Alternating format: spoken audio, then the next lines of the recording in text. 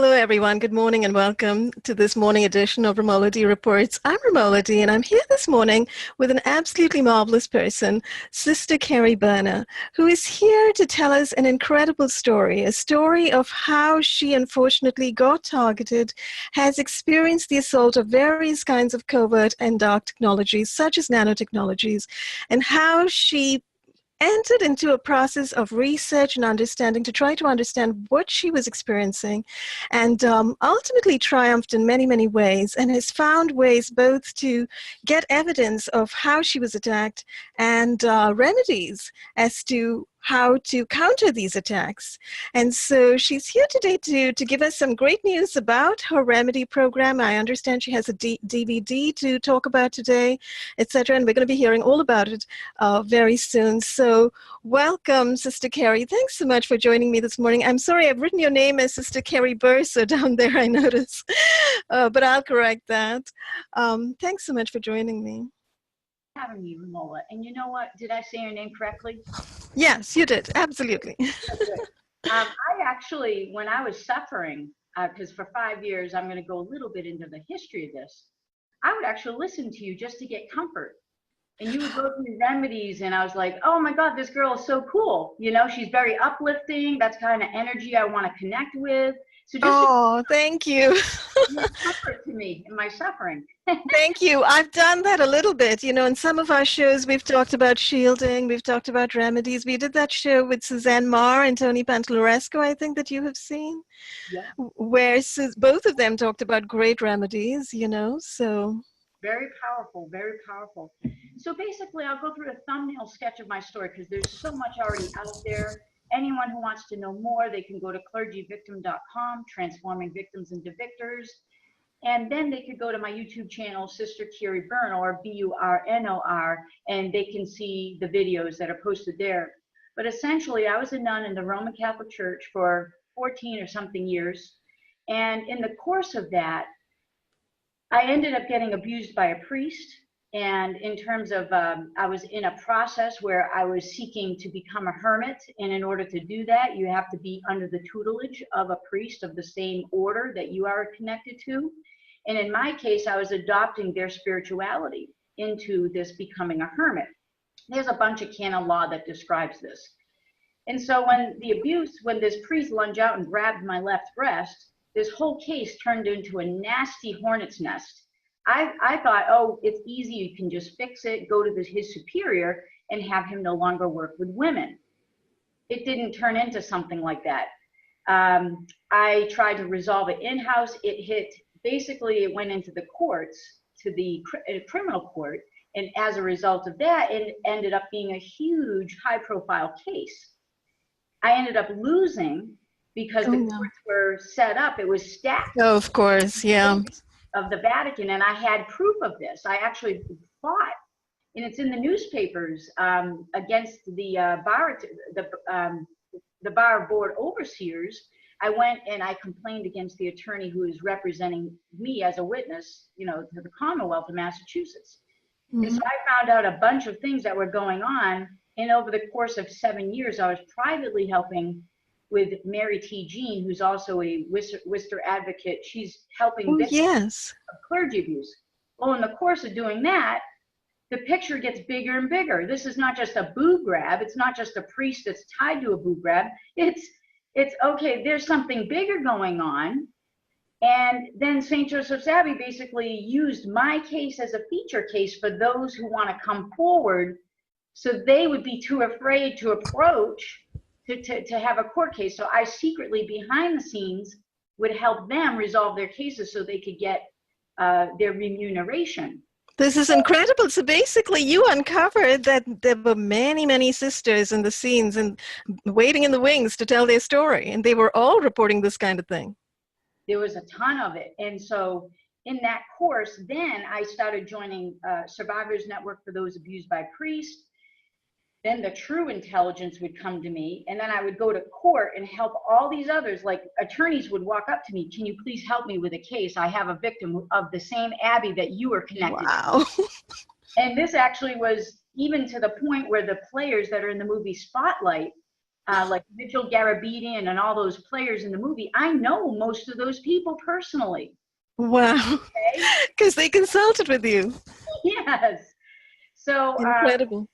When I went to Survivors Network SNAP for those abused by priests, that's when I realized, okay, I'm stepping on something that's far bigger. People walked in there. It wasn't just about sexual abuse. It was literally about murder and satanic abuse. And it doesn't stay in the realm of sexual abuse. Okay. In my case, what we had was a constant feed of victims coming in, victims in the minds of these perpetrator priests, who would groom their victims in the confessional to get information about them to see if they were damaged goods. If you were abused by your grandfather, if you were abused in your past.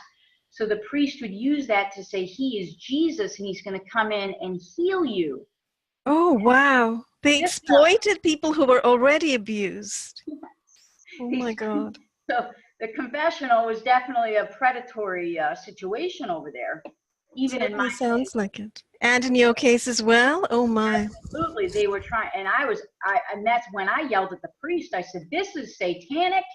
I am not coming back here. And I yelled at him and he yelled at me and slammed the door and left because I didn't go for it. Because I just was like, to me, I was just. Was this the same priest who assaulted you, whom you yelled at? The priest that supported the one who did. Oh, okay. And yes, the other one, he was just talking about breasts in the course of the conversation in light of the Song of Solomon. So I wasn't making any judgment or offense to it. I'm just like, okay, this guy's got a thing about boobs. Oh, well, Right. So my story progresses first from 2001, where the event took place with the priest, all the way to 2008. When I decided, okay, I can't deal with this stuff anymore. It's burning me out. The energy is it's a low vibration for me. Because all this time you were struggling to still be a nun, keep the rules of the cloister, etc., and continue in that chosen vocational career of yours, right? Yes, I was trying to still be a hermit and then maybe have this resolved with the bishop of the Worcester Diocese. And in the course of meeting with him, after all this stuff hit the newspapers and after all this controversy, I went to meet with him and he was playing games with me. And even there was, in my opinion, I felt there was a veiled threat in there. And so I stood up within probably 15, 20 minutes of the meeting and I said, I'm done here. And I got up and I walked out of there and his staff, the woman, was chasing me down the hall saying, honest to God, Keri, he's a wonderful man. I said, we're done. We're done. I'm not playing games with you people. That's great. Wonderful that you stood up, for yourself and for everyone else. It sounds like all the many other hidden victims in the shadows who needed a voice. This bishop could care less. His name was Bishop Robert McManus. And we called him McAnus. and so surprise.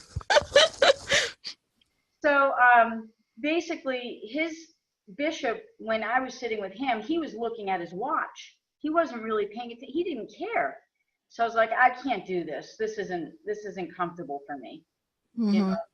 So after all of that, so I leave and I go to Texas and I get involved in studying other topics, and I ended up becoming very successful in the course of this journey. And the topics that I studied was more of the lines of private law versus the typical statutory stuff that you find out there. I was going to ask you about that because I read a little bit about that on your website. And, it's something that I have striven to explore a little bit myself and something I'm interested in exploring further, this whole difference between common law and contract law, maritime law, admiralty law, etc.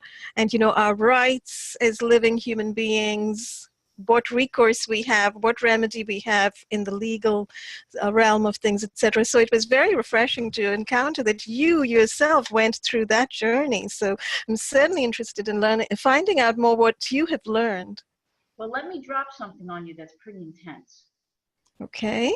I walked into a law library in Ohio, and I was just being diplomatic. I didn't want to freak anybody out at the law library. I was doing work with, for an attorney actually, frankly, I was building my own case and he wanted me to help do the research part. So I went in and I walked up to the law librarian, who is wonderful, very helpful. And I said, listen, there's a theory out there. I don't know if it's true or not, but I have an understanding that although it's not expressed that we're under martial law per se, I have an understanding that there's some sort of military law or a military overlay on top of that which we would call common law, or that which we would call our regular courts. No matter what the system is, no matter what the structure is, whether it's federal, whether it's state, no matter what tier or level, that there's on top of that, since 1933, more particularly, right. Bankruptcy. Mm-hmm. The bankruptcy, that I heard and I saw literature that seemed to point me in this direction, that there is a such military overlay on the law. Do you have any books that might speak to that effect? And these guys are like attorneys, okay? Right. That when you finish reading decimal number 3337 or 733, whatever it was, he said, sure. He says, you're going to be the only one to know the answer to this. And he walked up to my desk and plopped a pile of books on the desk. Wow. And he said, so I read it. It's Military Law and Precedents by Winthrop's, which is posted on the Judges Advocacy General's website. So all the study into, you know, common law or admiralty or whatever, it's not admiralty. That flag, that gold fringe flag, admiralty is more the lines of dealing with vessels, right? And yeah. Ships. Everything's supposed to be a ship. We're all at sea. We're all dead at sea. All this nonsense. But yet there's something a little more refined. There's something a little more sneakier going on here. Okay, I was going to say probably even sneakier than the Admiralty Law, which is sneaky enough. So basically, what I've worked with is I used to do seminars on this topic, and I found that there is a such thing as a private citizen. Now, again, there's a lot of quote-unquote patriots out there trying to apply certain concepts, and they're mixing and matching, and God bless them. That's right. Yeah, there's a lot of confusion out there, but I've come across this notion of public and private as well. So by all means, you know, enlighten us. Okay. So since 1933, the bankruptcy happened, the Emergency Banking Relief Act. Mm-hmm. This ended up casting a net over all domestic United States, U.S. citizens, causing them to be enemies, okay? Right. So the provision of the 1917 Trading with the Enemy Act, which was rightly put into place to protect America's interest against foreign foes, right. Now, because our nation was completely taken over in 1933 in this instance by way of proclamation, Franklin Delano Roosevelt, we call him Franklin Damnable Roosevelt, he pushed this proclamation 2039 and in 2040, and then in 3 days, that's when, because there's 72-hour window, that if there's no, resistance, or not resistance, not a proper response to retaliate against this thing, then it's going to be enacted, okay? Right. So we have, in 1933, this event take place on March 9th, 1933. In the case of the Emergency Banking Relief Act, that one word, enemies from without the United States, was actually enemies from within the United States. We are the enemy. That's why on your birth certificate it says informant on the underneath the mother. That's right. The mother is named the informant. And that's just the poor mother. It's absurd. I mean, exactly. Who knew, right? That the mothers are being named informants. What are they informing against? There it is. The fact that there's a bankruptcy, okay, and that this woman, the mother, is bringing in this child, okay, that during a bankruptcy there is no real money, okay, there's something going on with the financial aspect to all of this. So she's basically ratting out her daughter or her son to say, hey, this person exists, come use them as collateral for the national debt. Yeah. The mother doesn't mean to do this, it's not her fault, and it's okay. there's a such thing as this. I love this wonderful, there's this phrase that Catholics use. Oh, felix culpa. Oh, happy fault. Okay. So people get mad at Adam and Eve for falling. Okay. Mm-hmm. But God the Father, we believe that God the Father has an ace card up his sleeve, and the ace card was Jesus. Okay. Mm-hmm. So we say, if Adam didn't fall, Christ never would have come down here in the flesh and raised all material life to the essence of the eternality of that realm, so that all things on this earth, material-wise, was raised up to a higher level, okay? So that's what Christ did when he came here, and then some, of course, through his resurrection power. Right. He opened a door to us that otherwise wasn't open. So now, at this point, with the informant, Mm-hmm. this isn't a bad thing. Okay. We can take the relationship that was construed against us, okay, and we can properly release ourselves from that relationship as being surety for that all caps entity, which is a corpse, a corporation. Yeah.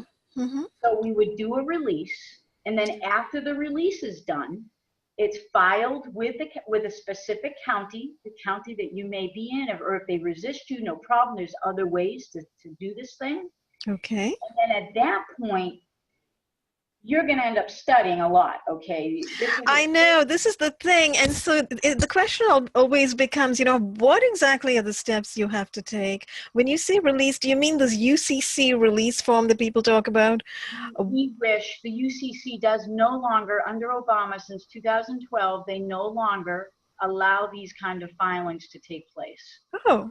But there's something better behind the corner than the UCC filings. Oh, okay. So again, when the devil or the evil wants to try to box us in even worse or harder, yeah, it's beautiful because more light comes into the situation, and we realize we don't want to be in commerce. So we want to utilize other means to do such. Right. Between you, me, and your audience, I literally stood in front of a judge and we talked at great length about this. Okay. Wow. In a courtroom? In court. And let me just tell you, it was a wonderful experience. I walked in there, they tore down the flags. They tore down those flags. That's major. And then on top of it, the whole floor, the second hearing I had, was clear. So there was only me, the judge, the bailiff, and the clerk. And the bailiff walked up to me and said, "This is going to be an interesting one." And I said, "Yeah, I'm a little different." I says, "Really, I'm just trying to figure this thing out." And my friend, brother Eric Phelps, was able to accomplish what he was trying to do in Pennsylvania. And I was trying this in another state. And the rules don't always coincide because the state rules. Yeah. Exactly. So I'm doing my best to figure this thing out. And it's beautiful because I'm in the court by myself, and I see the bailiff stand up, and I'm like, the judge didn't walk through the front door. He walked through the back where I was coming through. And it took him like 20 minutes, okay? So he walks in. He has no black robe on. Oh, you're no longer in the Church of the Dead. Amen. And he had a white. I love it. A white, like a nice, button-down blouse, and his, beautiful blue tie. He looked alive, in other words. And he had his coffee, and he's like, "Come on down." I love it. And I walked down there, and we talked for like, I think an hour and something, right? An hour and something. And we just went back and forth. And the bottom line and the essence of it, because it was a private meeting, I need to honor this thing that took place, but I need everyone to understand that there is a remedy, but it's personalized.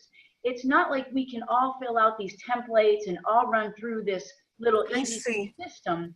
It's personal, and it's one-on-one, and you will be tested. And it's this discourse, literally, I mean, we're talking, he's asking, well, what do you, first of all, the first thing he said to me, "What is your pleasure? How can I help you today?" Isn't that interesting? And so I said, well, basically we're running into an issue here, and I'm just concerned that in front of my God, okay, that I don't want to be identified with this fiction, and I want to do what's right with the state, so the state and others can recognize what I'm trying to do and see what I'm trying to do. And you guys have a process, and I don't want to have you guys liable for my mistakes. I said, so what can we do? And so from that point forward, the point is there was a deep, almost a reverence, frankly, and total understanding of what I was trying to do. And bottom line, I was able to do it. And it wasn't the same manner by which my friend, brother Eric Phelps did it. Everything is going to be highly, like I said, personalized, and it's going to be between you, God, and whoever judge is involved. You know, can I ask what exactly you were trying to do and what you accomplished then? If you were able to accomplish it by this kind of personalized conversation where apparently it sounds like he kind of tested your knowledge of what you were doing. Basically, I went in there and I said, I am not this entity. And he smiled. All right, first, it goes really deep, okay? So I'm trying to keep this on thumbnail sketch here. Okay, yeah. But essentially, I said, I'm not this all caps entity, and I'm expressing that this all caps entity is now a private business trust. And he got up and he smiled and he said, you are who you are. He can't, because of the Emergency Banking Relief Act, all judges have a rule that they're not allowed to talk about the Emergency Banking Relief Act, or they'll be fined or imprisoned. And I forgot if they're which. Oh yeah, I've read about that. They can't speak about it. There's some things they can't speak about, right? I mean, that's one of them. In this case, one of them is this matter. So I was being colorable and very diplomatic in the way I was bringing it up. So we're talking about the big pink elephant in the room, but Right. I'm doing it in a very careful way because I'm trying to show him I care, you know, about his situation that he's in. Okay, yeah. So there's no combativeness, obviously. You were showing you were very cordial. You meant no harm to anybody, etc. And so bottom line is he recognized it. He recognized the trust that was in place, and he got into more particulars, and which again, the only reason I'm not comfortable just giving away particulars is because everyone's going to say, a lot of people go into this bull rush mentality. Oh, well, if I file those papers, I could get there. It doesn't work like that. It does work. It has to do with, I think, claiming your rights and claiming your sovereignty, really, doesn't it? Well, this is important because under the Homeland Security has these acts in place.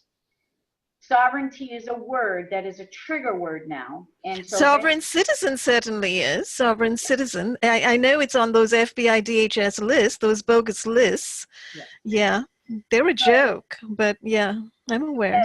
So the part that's exciting is, wow, okay, I didn't even use Eric's process. I had to figure out my own from sitting there reading tons and tons and tons. And I mean, a lot. I'm talking like this whole trunk that I have down here is full of, and I'm going to show it to you just so you get it. Yes, and I was going to ask if you can recommend some reading matter for people as well. That would be helpful. Even if, you know, there are no steps that we can point to right now, if people wish to explore it. There are steps, but those steps only get you to a certain point. And then from that point on, once you reach that point where you did your release, uh-huh, to 24/7 www.247worldradio.com. That's where Eric Phelps holds his private citizen courses. Okay. I think it's like $1,500. I can't remember, okay, because he and we helped each other, okay, and I helped him build this course. And it was actually, I prompted him, frankly, in a class. I got up in a class when I was teaching, and I said, I have like 60-something clients. I have no time, but I have a court case where George Soros was named as a private citizen by his attorney, and he was kicked off the case. And from that day forward, you know, he was no longer answerable to that lawsuit. Okay, and I was very intimately acquainted because I knew the man who filed the suit against him. Oh wow! George Soros was called a private citizen, so I put that up on the projector screen, and I said, guys, I don't have the time to go into this more deeply. And my friend that I invited to the seminar, who was she was a friend of mine way back when I was in the convent. She stood up and said, my father was CIA, and he told me that if I'm ever pulled over by police, that you have to tell the police I'm a private citizen and they let you go. So now Eric Phelps took up the call, and he literally studied this thing going, he dismantled the entire history and showed how the Jesuits took over our judicial system. Oh, wow, I would love to read all that. All right, well, now just to prepare you, there's a lot of reading, but don't be disheartened, because Eric Phelps, he goes over all the materials with you. So you're not in there trying to, well, what the heck does this mean? You know? Okay, so it's actually like an online seminar or video seminar or something, or? Actually, because it's that private, it's such a private nature, you do have to physically show up to the class. Oh, I see. So basically, it's course material. This is only volume 1 of 2. He might have collapsed this into one binder, but where does he run his classes? In which state? Pennsylvania, and on the website, he might occasionally go to Texas too. Okay. But this is one of the manuals. And so wow, that's huge. He's only going through dismantling what happened and when the Jesuits took over and he proves it. I mean, there's in all reality, this is incredible stuff. This is so intrinsic to all of our freedoms and liberties and sense of self and rights and everything, that everybody should be doing this. 2 of 2, okay? Oh this my is gosh. Crazy. I mean, I literally, all right, I'll confess it. I went to 14 of his classes. I can't get enough of it because he keeps updating his class.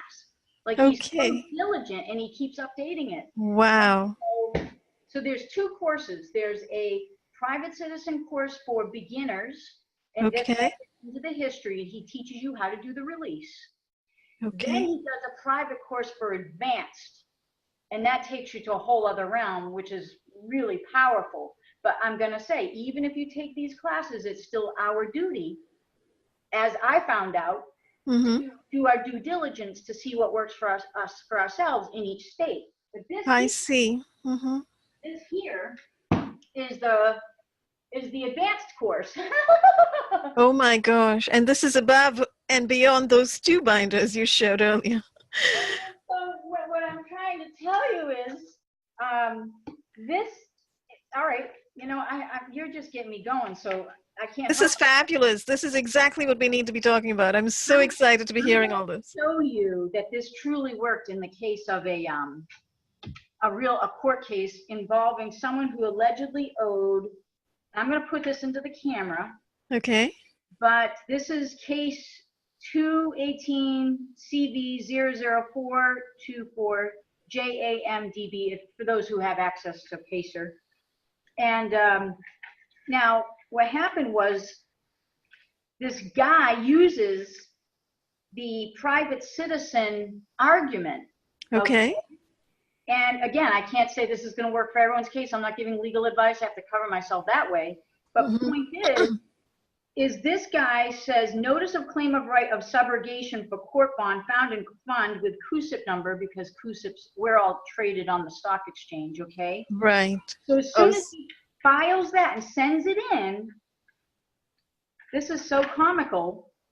The United States, literally, it is hereby certified that service of the foregoing United States notice of dismissal of case, certificate of service has been made by U.S. Mail 2. And here is the dismissal. The case was dismissed. Okay. United States notice of dismissal of case. I'm gonna have to try to put that in the camera. See if I can get it straight in there. Yeah. I can't quite read it, but maybe people can zoom in or something. Oh, okay. Now I see it. United States notice of dismissal of case, etc. So, who was the defendant? The United States government? In this case, it was Mark Lynn Bryan, who's the defendant, who became a private citizen. And he used the private citizen modality, a series of arguments in his paperwork, not in the early beginnings of it, because he didn't know yet, okay? But toward the ending, he actually utilized those arguments along with other mechanisms, and the United States totally dismissed the case. And this was in regards to a tax obligation.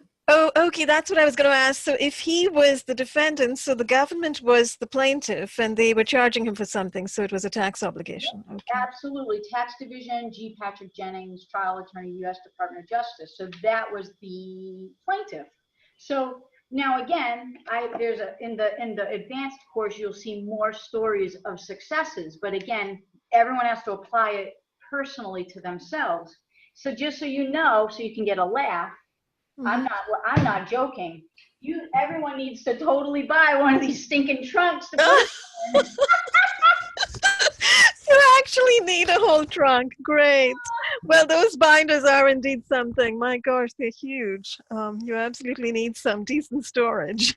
So if you're flying to Phelps, just keep extra, understand you're going to be spending extra on baggage, Yeah, yeah. So it sounds like there really is a process of learning here and sort of private discovery, private understanding and private discovery. You really have to apply yourself. There are no quick fixes. There's no real, list of steps. Take, 10 steps and you're free kind of thing. So great. That's the bad news. What's the good news? Okay, so the good news is this. Now, so they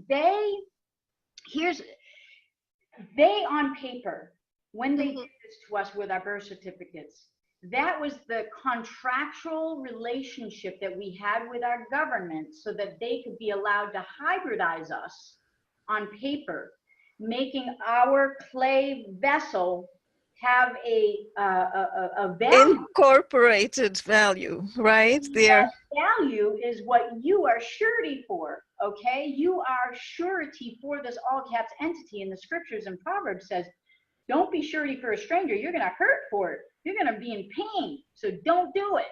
So the Bible's like, don't do it. So I brought that matter up too. And so the thing of it is they are justifying a lot of the stuff they're doing to us because of being hybridized. Now, another thing that I want to say that Mark Lynn, this guy ended up quoting, okay, in his case. Yeah. Hey, this is deep stuff. I'm just telling you, the stuff goes wicked deep, all right? Yeah, I totally get it. I've been also watching some videos by Romney Stewart lately, Justinian Deception. I don't know if you've seen his channel on YouTube. I haven't had the pleasure of actually going through it. Very interesting stuff. He talks about Latin and dog Latin and debased Latin and how the all caps is just dog Latin.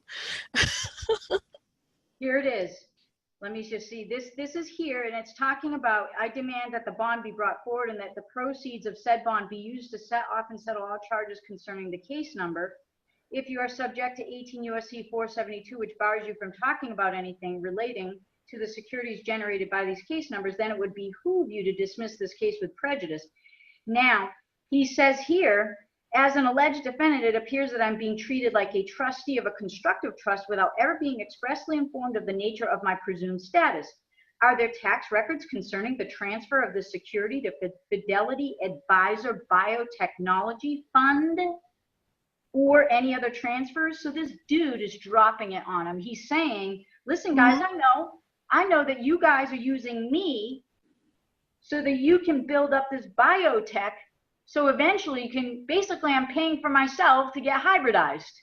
So first this is actually very deep, and actually there are a lot of questions. I mean, what the heck? Biotechnology and hybridization? I mean, I thought that was being used as a sort of a metaphor, but this sounds... No, this is real, it's physical. And you know who gets into it hardcore? All right. Trey Smith is another awesome guy to visit on YouTube. He gets into this stuff. If you study... What's his name again? I'm sorry? Trey Smith, Treysmith.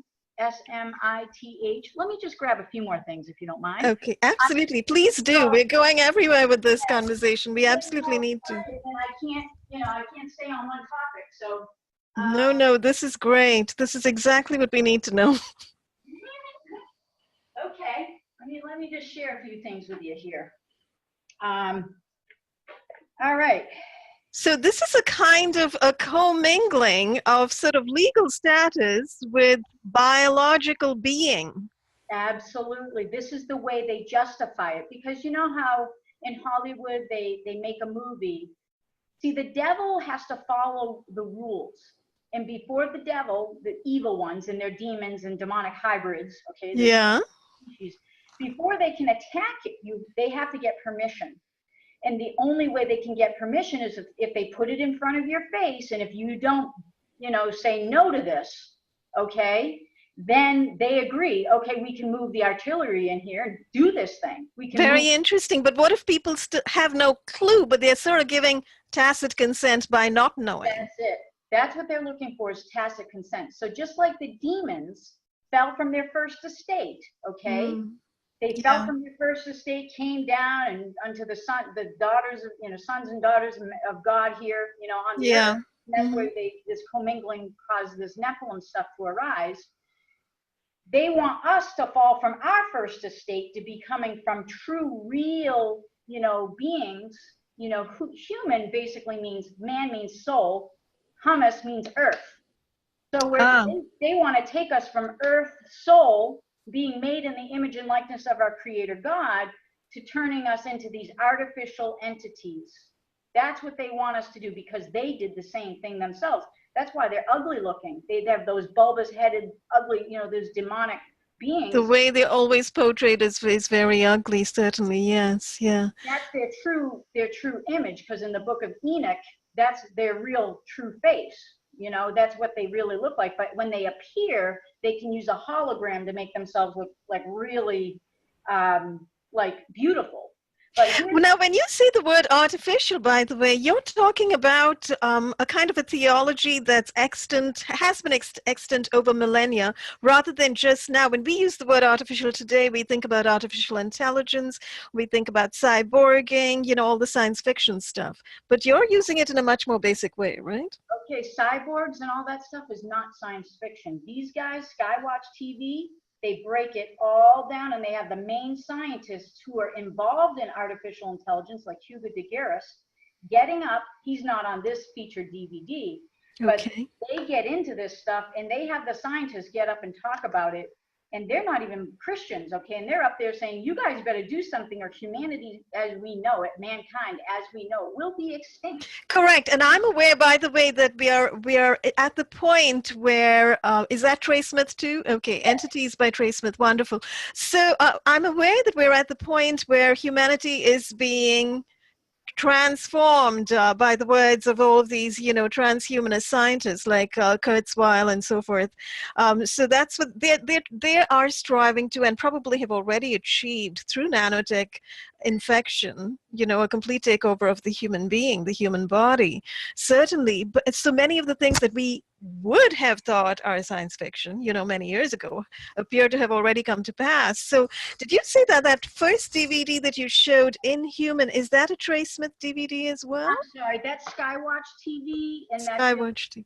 Tom Horn and his group of people. They also run the series,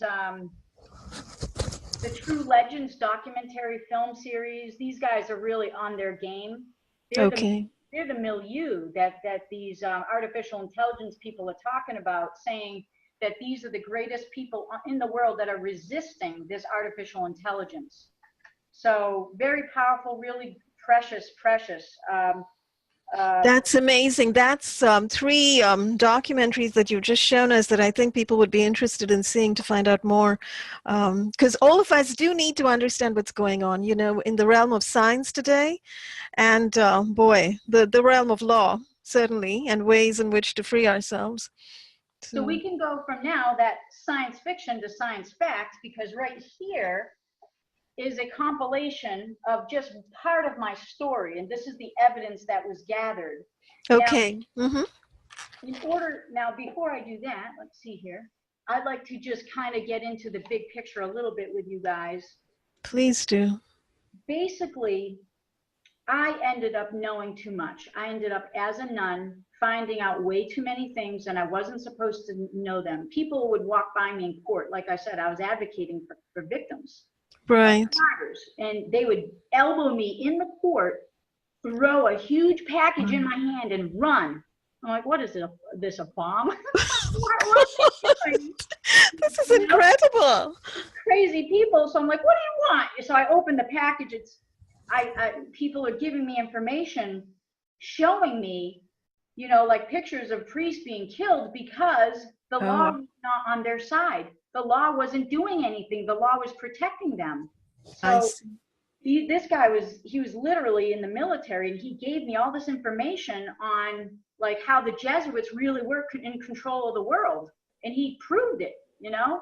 So I'm like, all right, this isn't a theory, this is real stuff. So what I needed to do, of course, you know, I'm not in agreement with just, you know, willy-nilly killing off the priests. I believe there should still be due process. You know, there should be due process. You know, everyone should have that. Of course. So at this point, I'm just getting to know way too many things. I was connected into this guy named Jake Goldenflame because I was trying to understand why the priest would abuse me like that. It just couldn't compute because my head was so focused on becoming a saint back then that I couldn't understand the other side and the way they thought. I called this guy. He was on Oprah Winfrey's show. His name is Jake Goldenflame. He wrote a book, Overcoming Sexual Terrorism. And he was an abuser himself, and he would go after children. And he became later a Buddhist monk and took on full responsibility for what he did and started going around educating everybody, saying, going to polices, and people like love him now, okay? He was on Oprah saying, oh, wow. I need to take full liability and responsibility for what I did to my society. And I recognize. So when he was at I don't know if it was the post office or what, he saw this woman leaving the child alone in the parking lot, and he walked up to her and said, do you understand that I'm a registered sex offender and you left your child alone? Oh, wow. He would teach the parents, you know, here's how you see the red flags. Here's the things that we look for. Wow. Okay, so he did a sort of a turnaround completely. He was totally remorseful and he changed. Yeah. Completely. And so we used to talk. I used to get on the phone and talk with him. And he knew Oprah Winfrey. So the bishop, when he was talking to me, he was scared out of his mind because he thought I was on my way to going to see Oprah to talk to her about this stuff. Okay. Oh, okay. So now, in other words, they thought I knew way too much and it was a concern for them. So they're like, all right. So I went and I said, I'm too burnt out. I went to Texas in 2008. Like I said, got into this kind of legal lawful study area, realized many successes, actually got some people out of jail and prison. And that's fantastic. Through this modality of common law and private citizen understanding. I didn't know about private citizens at the time. I used an older technology that no longer works. Oh, okay. Interesting that you call it technology. So, and then, of course, at that point, that's when the FBI met with me. I didn't know that they wanted to hire me until years later, a couple of years later. And then they started asking me about the Emergency Banking Relief Act. And do you believe the Pope owns us all through the collateralization of our birth certificates? So all of these things were hardcore. Wait, this is major. This is fascinating. The FBI wanted to know about this, and they found you to be an expert, which it sounds like you have become or had become at the time through your study. Absolutely. And so, well, I wouldn't say I'm an expert. I'm definitely a seeker. I'm just trying to put the dots together and get a picture. But an advanced learner or something, you'd arrived at a certain stage of knowledge that the FBI wished to tap. I find that fascinating. So years later, I found out they wanted to hire me as a criminal informant or CHS or human source or whatever they call it. So now at this stage, I'm in Texas and I'm on a whole other path, and I think I'm minding my business, and I'm just minding my business, and I'm not talking about the Abbey. I'm not talking about sexual abuse. I'm not talking about the Vatican that way. So I'm thinking I'm minding my business. I go in for a surgery for the polyps, to remove the polyps out of this nose here, this sinus surgery here. And what happened was I ended up basically feeling like incredible itchy after that for about 5 weeks, and I had incredible symptoms, and I have a whole list of them. Yes, I remember reading this part of your story and hearing you speak about it. So literally you went in for an operation, you came out, you experienced a whole bunch of horrible symptoms, and so you began to suspect something had happened during that surgery. A year and a half later, I was putting 2 and 2 together. I'm like, this isn't normal. I'm not supposed to have these things like hot flashes, but they're not a hot flash because I'm being cooked from the inside out. and then vertigo and ringing in the ears, and you name it. Everyone knows about the. Many people understand this phenomenon now. Many people who are targeted, who understand, who experience precisely this ringing in the ears, tinnitus or tinnitus or whatever it's called, and you know, itching, rashes, as if they're being hit with microwave weapons, things like that. So I went through all those symptoms, and I'm like, okay, I'm going to look in the Google search engine at the time, just quickly look and see what shows up, and it shows microwave exposure. I'm like, that's absurd. I don't use a microwave. So then I'm like, okay. I went back through my files. I had a huge stack of files. In 2006, I helped my uncle, who was a targeted individual. By the way, his testimony is on the ITNJ now. International. Yes, and I did hear it. I sent you an email earlier. I don't know if you received it. I watched the video just recently, a couple of days ago. I was very moved. What an incredible story, and what a wonderful testimonial. You know, a very stellar person. You can see his integrity and his true beings shine through in his conversation. And I believe in my heart he's going to be 100% healed. He is doubling down, and he's going to use the modalities we were talking about to clean himself out. And so bottom line, because I realized with my uncle that he was, you know, truly attacked, and you can go to my YouTube channel and listen to that conversation and watch the video where I'm literally with him in the surgery room, and I'm witnessing them pulling out, you know, technology out of his body. I'm in the surgery room. Oh, wow. No, I haven't seen that one. I have to watch that. That's amazing. Targeted to Free, Uncle Kevin interviewed by Sister Keri or something like that. It's on there somewhere. Okay. So when so at this stage, I had a file, and so because of 2006, when I helped my uncle to get an investigation done, and in fact, he was targeted, and there was no remedies back then for it. So I pulled out the file, and I'm like, ooh, James Walbert, okay, now I've got Melinda Kidder, Dr. Staninger, John Hall, and I'm like, okay, I'm going to be going to Missouri in the next couple of weeks. Why don't I give her a call?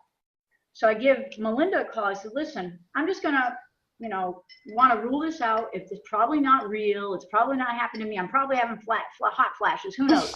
But just let's rule it out. I said, how much does it cost? She's like, $1,500. I said, it's in the mail tomorrow. I feel that it's important that, you know, especially when you're suffering and being targeted, that you want to build as much confidence around you for your team. So I sent her the funds right away, and I said, I'll see you on that day. She did her exam, her thing, and after 3 hours, let me share this with you because it's important to lay out the facts. After 3 hours, these are the signals that were found in my body. Oh, wow. So literally they found an implant at the back of your ear on the skull. It's right in the mastoid air cell region of the head, and those are the signals outlined in the nanotesla and the megahertz and the gigahertz, 2.86 gigahertz switch range. Okay. And she goes on, and you know, from my abdominal lower quadrants and etc. ELF stuff coming out. I said, listen, I don't understand this stuff. She found signals at various parts of your body, not just that point on your head then. That's right. That's right. Okay. So I said, listen, this is all over my head, basically. Let me just ask you this. Is there something in me? She said, it has to be inside of you in order to transmit. You're like a walking, talking cell phone. I said, okay, that helps me understand. I said, did you ever meet anyone who ever came back to you within 6 months or a year and came back and got a scan from you to show no more signals coming out of their body? She said, that's never happened. I said, I will see you in 6 months. I'm not putting up with this. I said, I don't know what the heck this crap is, but I don't want it in my body. God didn't make me born with this, so I'm not accepting this. And she said, okay, cool. I says, I'll see you in whenever. So then she says, I said, so how can I fix this? She said, you need to see a Dr. Hildegard Staninger. I get on a plane to go teach a class. I told everyone I'm only teaching insofar as nobody is allowed to ask questions. I do my part and I leave because I don't want to compromise your case. I believe I'm physically compromised and I don't want, I said, don't ask questions. They said, we agree, we won't ask and we won't talk. I said, perfect. So, because I wasn't sure if they were using me to listen in on my people in their cases. So I You were teaching a class. What was the class in relation to? Your legal work? On the lawful remedies. Yes. Okay, okay. Definitely. So then at that stage, I went on a plane from Sacramento to heading back to Texas, and the second leg of the trip was in San Diego. And as I'm descending, my ears start oozing some pinkish fluid. And I'm like, this is extremely painful. I was in tears, and I couldn't understand. I mean, I know I had pain the last time. Had you done anything prior to this oozing thing happening? No, it was only on the descent. It was not on the climb. It was on when the plane would descend. And I had this problem, not with the pinkish, I had pain in the other on the other flight from Missouri to Sacramento. But I was like, oh, that's just a sinus infection, blah, blah, blah. Oh, no. I see. Okay, because by the time I got on that plane, I didn't have a sinus infection at that point. I'm like, all right, there's something more going on here. And I believe when they activated the nanotech that was in this area, it caused a pressure problem in my head. So when I was descending, that pressure was messed up. And I it was see. more intense. So basically at this stage, I went to go see Dr. Hildegard Staninger, but she has a protocol. She's not an MD. She's just a toxicologist, a PhD, really smart lady. So she has a particular process that you have to follow for her to be able to help you further, because she has to tell your MD, here, these are the blood tests we need, these are the other things we need. I see. Etc. So she's not an MD, so she can't just do it for you. So at this point, I go to see her. We talk for 3 hours. She says, the Jesuits did it to you. I said, why? She's like, because of your love for Christ. And I said, well, there's a lot of people who love Jesus, and they're not all filled with this nanotech. Really? She says, you're not understanding. You know way too much. And I said, okay, let's get to brass tacks. Let's just get the brass tacks. I pull out my debit card. I said, can you fix it? Because she tried to explain what nanotech. Love it. Okay. And she says, she tries to explain what the nano is. I said, lady, I don't understand that. That's over my head. Just tell me, can you fix it? Is it possible to be fixed? She said, yes, it's not going to be fun. And it's going to take you, it's a hardcore protocol. But if you do it, yes. I said, I'm fine. So she tries to take off a little amount off the card. I said, no, you don't. I said, how many months am I going to have to be on this protocol? She said, 3 to 6 months. I said, fill the bags, fill these briefcases. I said, I'm not coming back for 6 months or so until this is out of my body. And I said, so I'm not coming back here until this is done. So I said, just take what you need on the card, take it. So she helped me take all this stuff to the car. It was like 4 huge briefcases. And wow. So you got 3 to 6 months worth of whatever kinds of remedies. I hope you'll tell us more about that in a minute. You know, whatever, and you literally took all of that for 6 months? Totally. And that night, I was in a restaurant. I laid out like 75, pills, 75 bottles on a table. I had to get another table to lay it out. And people are walking by laughing at me because I'm eating my fish and my whatever it was, and I'm just shoving down these pills. I'm like, I'm getting this crap out of me. I don't want it in me. Oh, wow. Okay. You were determined, in other words. You had made up your mind. I'm like, no, I wasn't born this way. I'm not having this happen. This isn't right. So then I got home. I told all my friends, you're not coming into my house. If we visit, we're not visiting until 3 months. I need just 3 months to mind my business and stay focused. I said, obviously, to my clients, we'll do stuff over the phone, we'll talk, we'll do Skype, whatever we need to do, but nobody's allowed in my house because I have to do things and I have to stay extremely focused. The real reason was I was highly embarrassed because I built this thing called a Faraday cave. And it was hideous. It's embarrassing to look at, and my friends would think I'm stinking nuts. So I'm like, listen, we're not doing it. We're not meeting. So I built the Faraday cave. Now, I'm not educated in all that engineering stuff. What I did was I said, Lord, I said, Jesus, here's the deal. All I know how to do is what I know how to do. So he basically was telling me, well, just kind of pretend that you're getting hit by everything, whether it's lasers, microwaves, RF, nanotech or ELF. He said, just pretend it's everything. And I said, fine, I'm going to pretend it's everything. And I bought all these materials and I just shoved it all on this big, I made a big, I went to Bed Bath & Beyond and I got those, old lady chairs. You know how you... Yeah, I'm very curious as to how you constructed this Faraday cage. I'm sure some people will be interested. Oh, it's outlined in full detail, but here's the deal. All right, the old lady chairs, I situated them side by side. So when you're sitting in the shower, because these old elderly ladies or handicapped people will use them sitting in the shower, these benches. Oh, okay. And I got the benches and I put them together and I left an opening so I could get underneath it and sleep under there. So if, at least while I'm sleeping, I'm not being bombarded with the signals, because nanotech needs energy in order for it to replicate. So if I starve it of energy, at least during the day or during the night when I sleep, my body can identify this is something foreign, get it out, right? So I situated the benches and I just took all these materials and plastered it over it, underneath it, around it.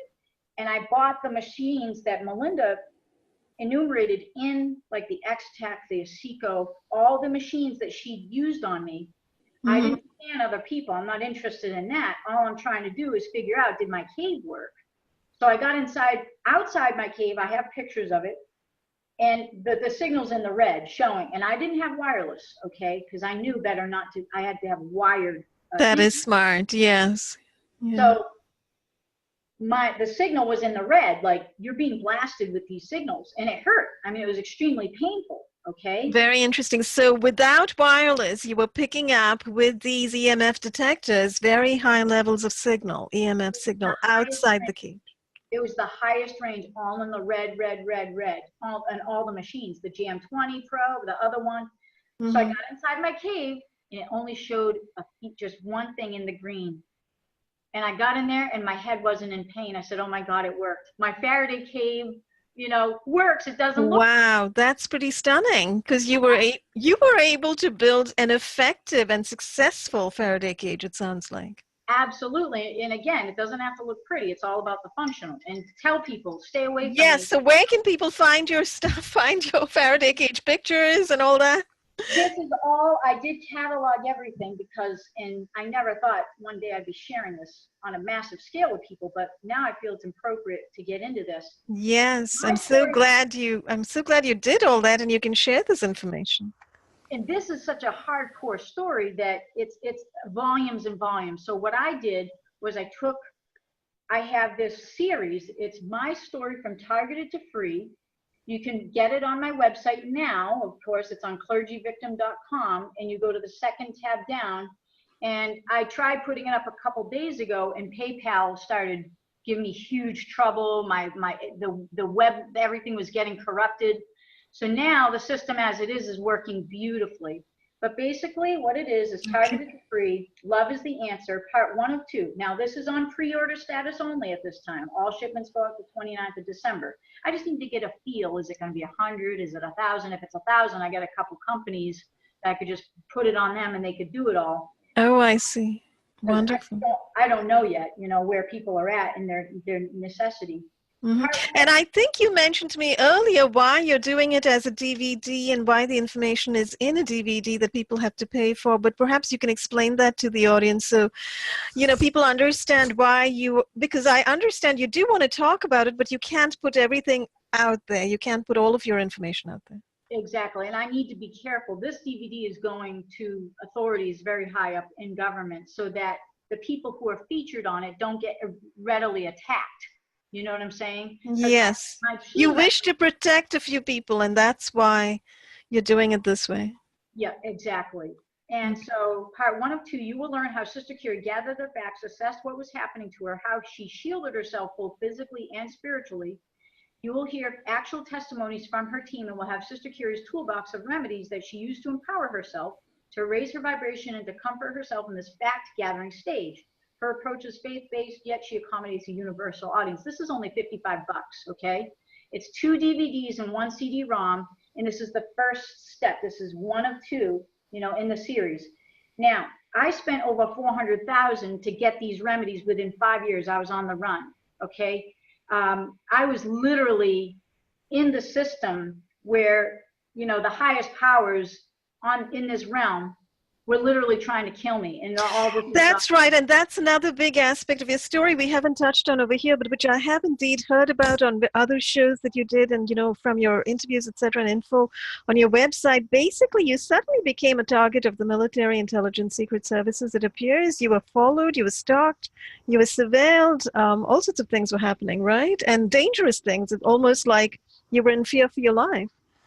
Yeah, absolutely. And that's all documented. You can go to the second tab, clergyvictim.com, military-grade nanotechnology, weapons used in efforts to silence informant. And so what I did was I gathered a lot of information from people because I had a lot of contacts in government. And so these people didn't even know each other. Like Homeland Security contact didn't know former Secret Service. Former Secret Service didn't know my person in the FBI, my person. So I would keep them all sequestered to see what's true and what's not. Oh, I see. You were trying to figure out what was going on, who you were surrounded by, etc. Amen. Exactly. And at that time, the intelligence community was lying, saying nanotechnology weapons don't exist. That's all fake. That's a lie. And then when I would I wouldn't judge them. I was like, listen, because frankly, they wanted me to work with them. I was consulting with a lot of them on their own businesses. Okay. I see. So I basically said, listen, let's take you from just a basic understanding that nanotechnology in and of itself could be dangerous just as a regular product, okay? And that's why, you know, I'm deeply concerned about that. Right, by itself, exactly. Self-assembling nanotech, give me a break. And nanotech that can create thermal, subdural thermal heating effects in bodies. So I showed them this. I would graduate them from basic dangers to weaponized. And then I pulled this stuff out. You know, like oh, that's great. We should all read that. I hope we can get that. Absolutely. And I'm going to be upgrading the website to accommodate that under the articles tab. Okay. Nanotechnology and the International Law of Weaponry towards International Regulation of Nanoweapons, Hitoshi Nasu and Thomas Ponce. And it's it's volume 20 of 2009 Journal of Law, Information and Science. So when the intelligence community would lie to me and say, oh no, there's no such thing, you're nuts, blah, blah, blah. I said, listen, I have a full and entire record of the fact that I'm not nuts, okay? But I didn't tell all of them this because I had to hide my data because I knew one day I was going to be threatened, you know, to be put in a mental asylum. I knew that day was coming. So I prepared for it. I had everything on the ready. And so basically, I have a psychology report that was. You knew the protocol. In other words, this is what they do to anybody who talks about neuroweapons, nanoweapons. Oh no, nothing like that exists. You're psychotic. You know, head off to the psych ward. This is the protocol. Exactly. You're nuts. Well, over time, I started to slowly divulge the information I was collecting. I didn't let them know what I had. Until the right time, and God would show me. He would tell me, okay, this is the time. So here, it's a 20-something page report written by Dr. Benjamin Colizin. He writes in the conclusions, SCADA systems are known to be able to produce consciousness-altering remote effects as well as many other psychological and neurological effects. Given the validated presence of such advanced nanotechnological devices and monitoring activating frequencies detectable from her physical form, it is difficult to escape the conclusion that Ms. Burnor's report of her experience is in fact quite accurate and not delusional regarding remote external influences affecting her health. It does appear from the review of verifiable evidence that she has been subjected to direct energy influences, surveillance, and poisoning with highly toxic materials since reported 2011 onset of symptoms. Ms. Burnor's statements that St. Joseph's Abbey refused to recognize her initial charge of sexual abuse by Father Joseph Chukam and controlled the court verdict by negating this charge through suppression of evidence also appears well documented.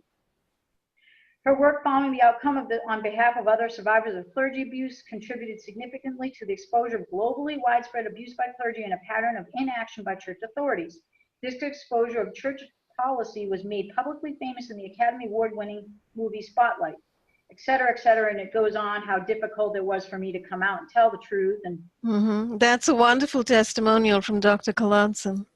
Very powerful. So I had that on the sidelines because I knew there was going to be a day, and there was a day. Someone did call me and threaten me and said, I know where you live, and if you don't join us, we're literally coming after you right now. I'm going to have the cops come. I said, why would you threaten me? Wow. If you don't join us? Yeah. So this was a Black Ops military group then? It was bad. This was bad. It took me a long time to heal from that one. Well, I'm so sorry you went through that experience. How did you get over it? I mean, how did you push them away, in other words? How did you... First, it's mindset. Everything is mindset. Everything has to start first here. And so in our heart and in our mind is everywhere, but it's here first and then it's here. So the emotion code is what helps in terms of releasing the trapped emotions of fear and all these other things that they're trying to put on you. And yeah. On YouTube, you can access that. And I use the little chart, and people need to connect with others maybe who I know it works for me to learn how to do the muscle testing, because that's helped me figure out a lot of things, how to release these things. Fear is an illusion. It's not, that's what the demons want you to do, is be fearful. So, oh yes, fear is one thing, getting rid of fear, etc. I just meant, how did you get rid of the physical threat of these, Black Ops artists? Well, how did you say goodbye to them and slam the door in their face, in other words?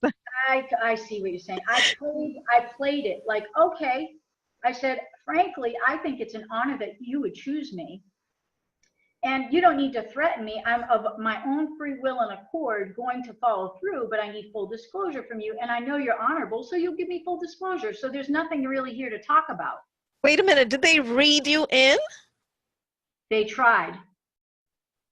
They partially had me initiate the first step to that. But Isn't that interesting? But I said, listen, before we move forward with this, because in good faith, I'm doing this only in good faith, which I had to pray and ask God, do you want me to do this? And he kept saying, it's good, do this, because you're not going to get the information you need otherwise until you do it.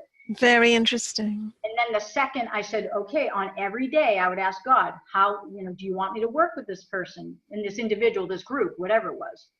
And God said, okay, today's okay.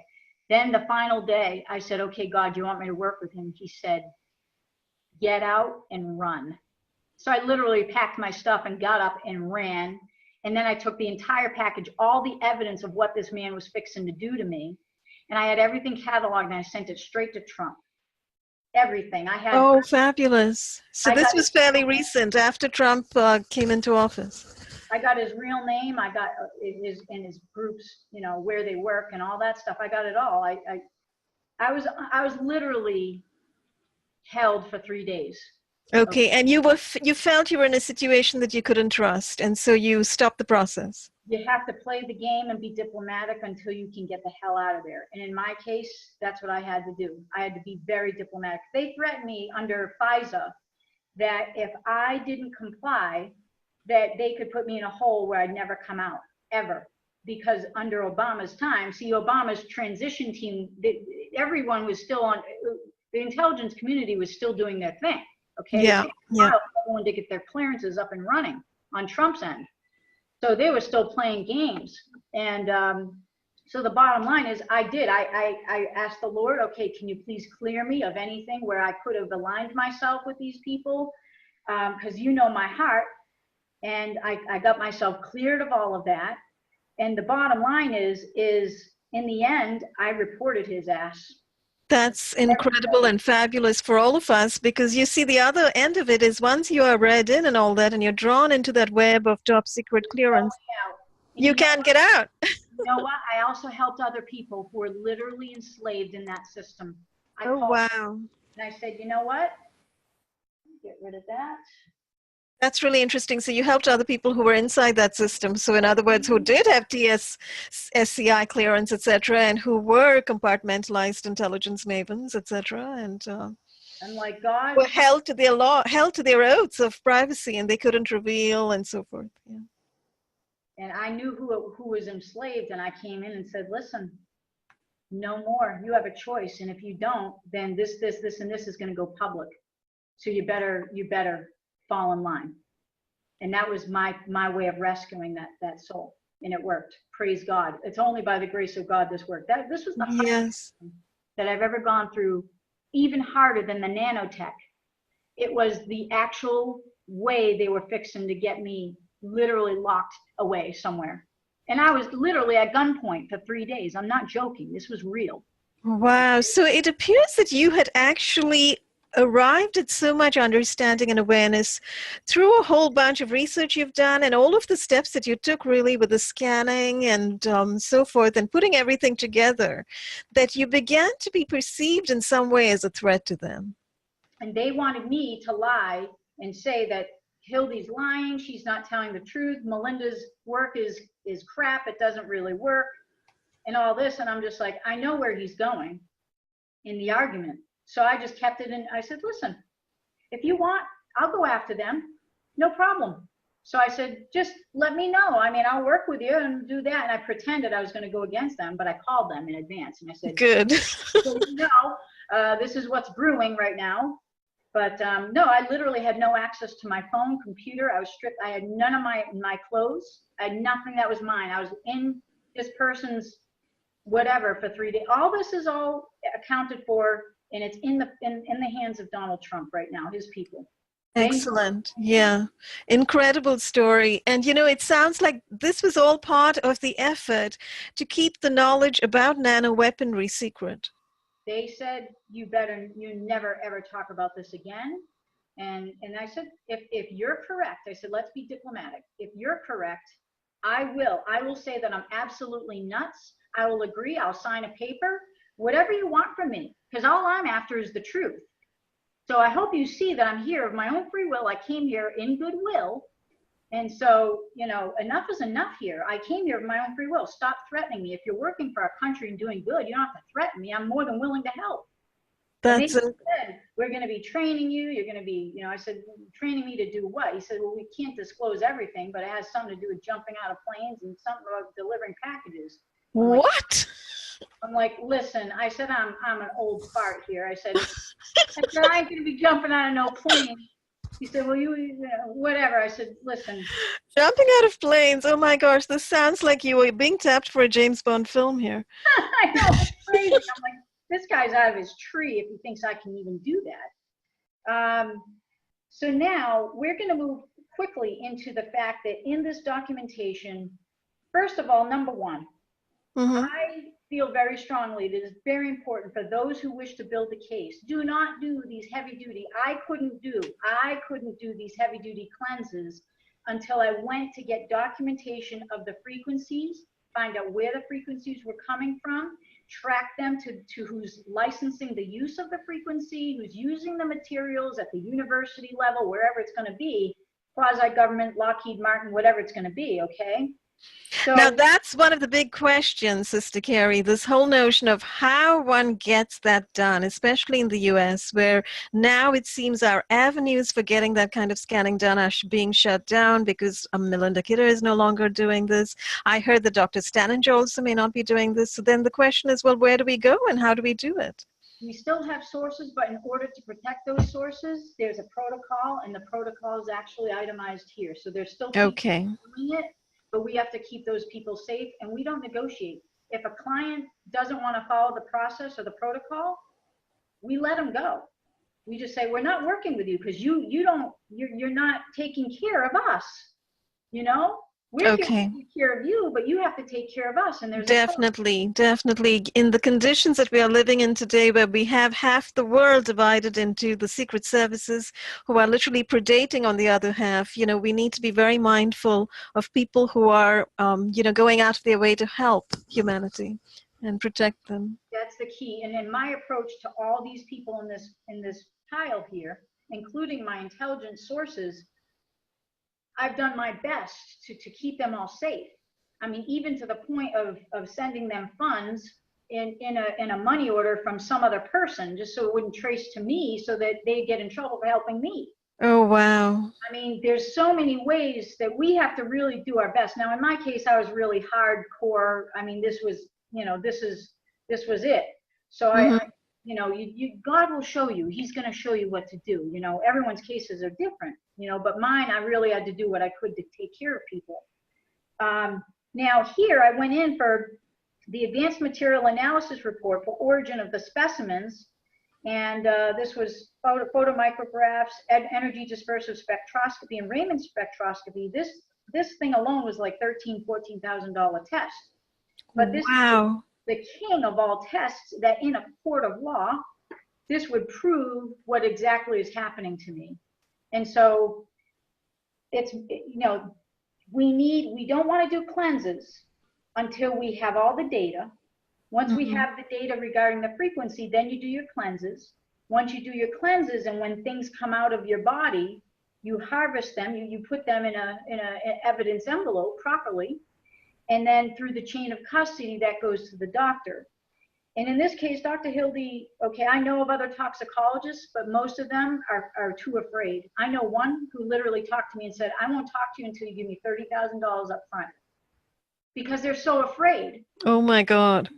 Well, first of all, even $14,000 for that spectroscopy, I don't know who is going to be able to afford that. I mean, how exactly can people do this? There are ways. In my case, because I had multiple samples tested, I mean, I literally had like, what, 10 or some, I wanted to do a lot of them, right? A lot of the samples were tested in the different parts of my body.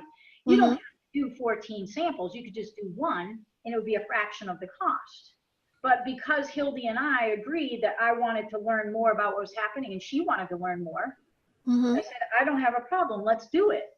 Let's figure this thing out, because she wasn't at that stage. She wasn't knowing about tremolite at that time, which is a specific, she was like, ooh, this is fascinating. So I said, I agreed. Let's work together, and let's have you learn about some of the new technologies, because the nanotech, when I was hit 9 times through a duration of 5 years or so, the technology changed, okay? So when this I have noticed that just looking into the field, it seems like it is a rapidly changing field. There have been some rapid advances over the last 15 to 20 years even.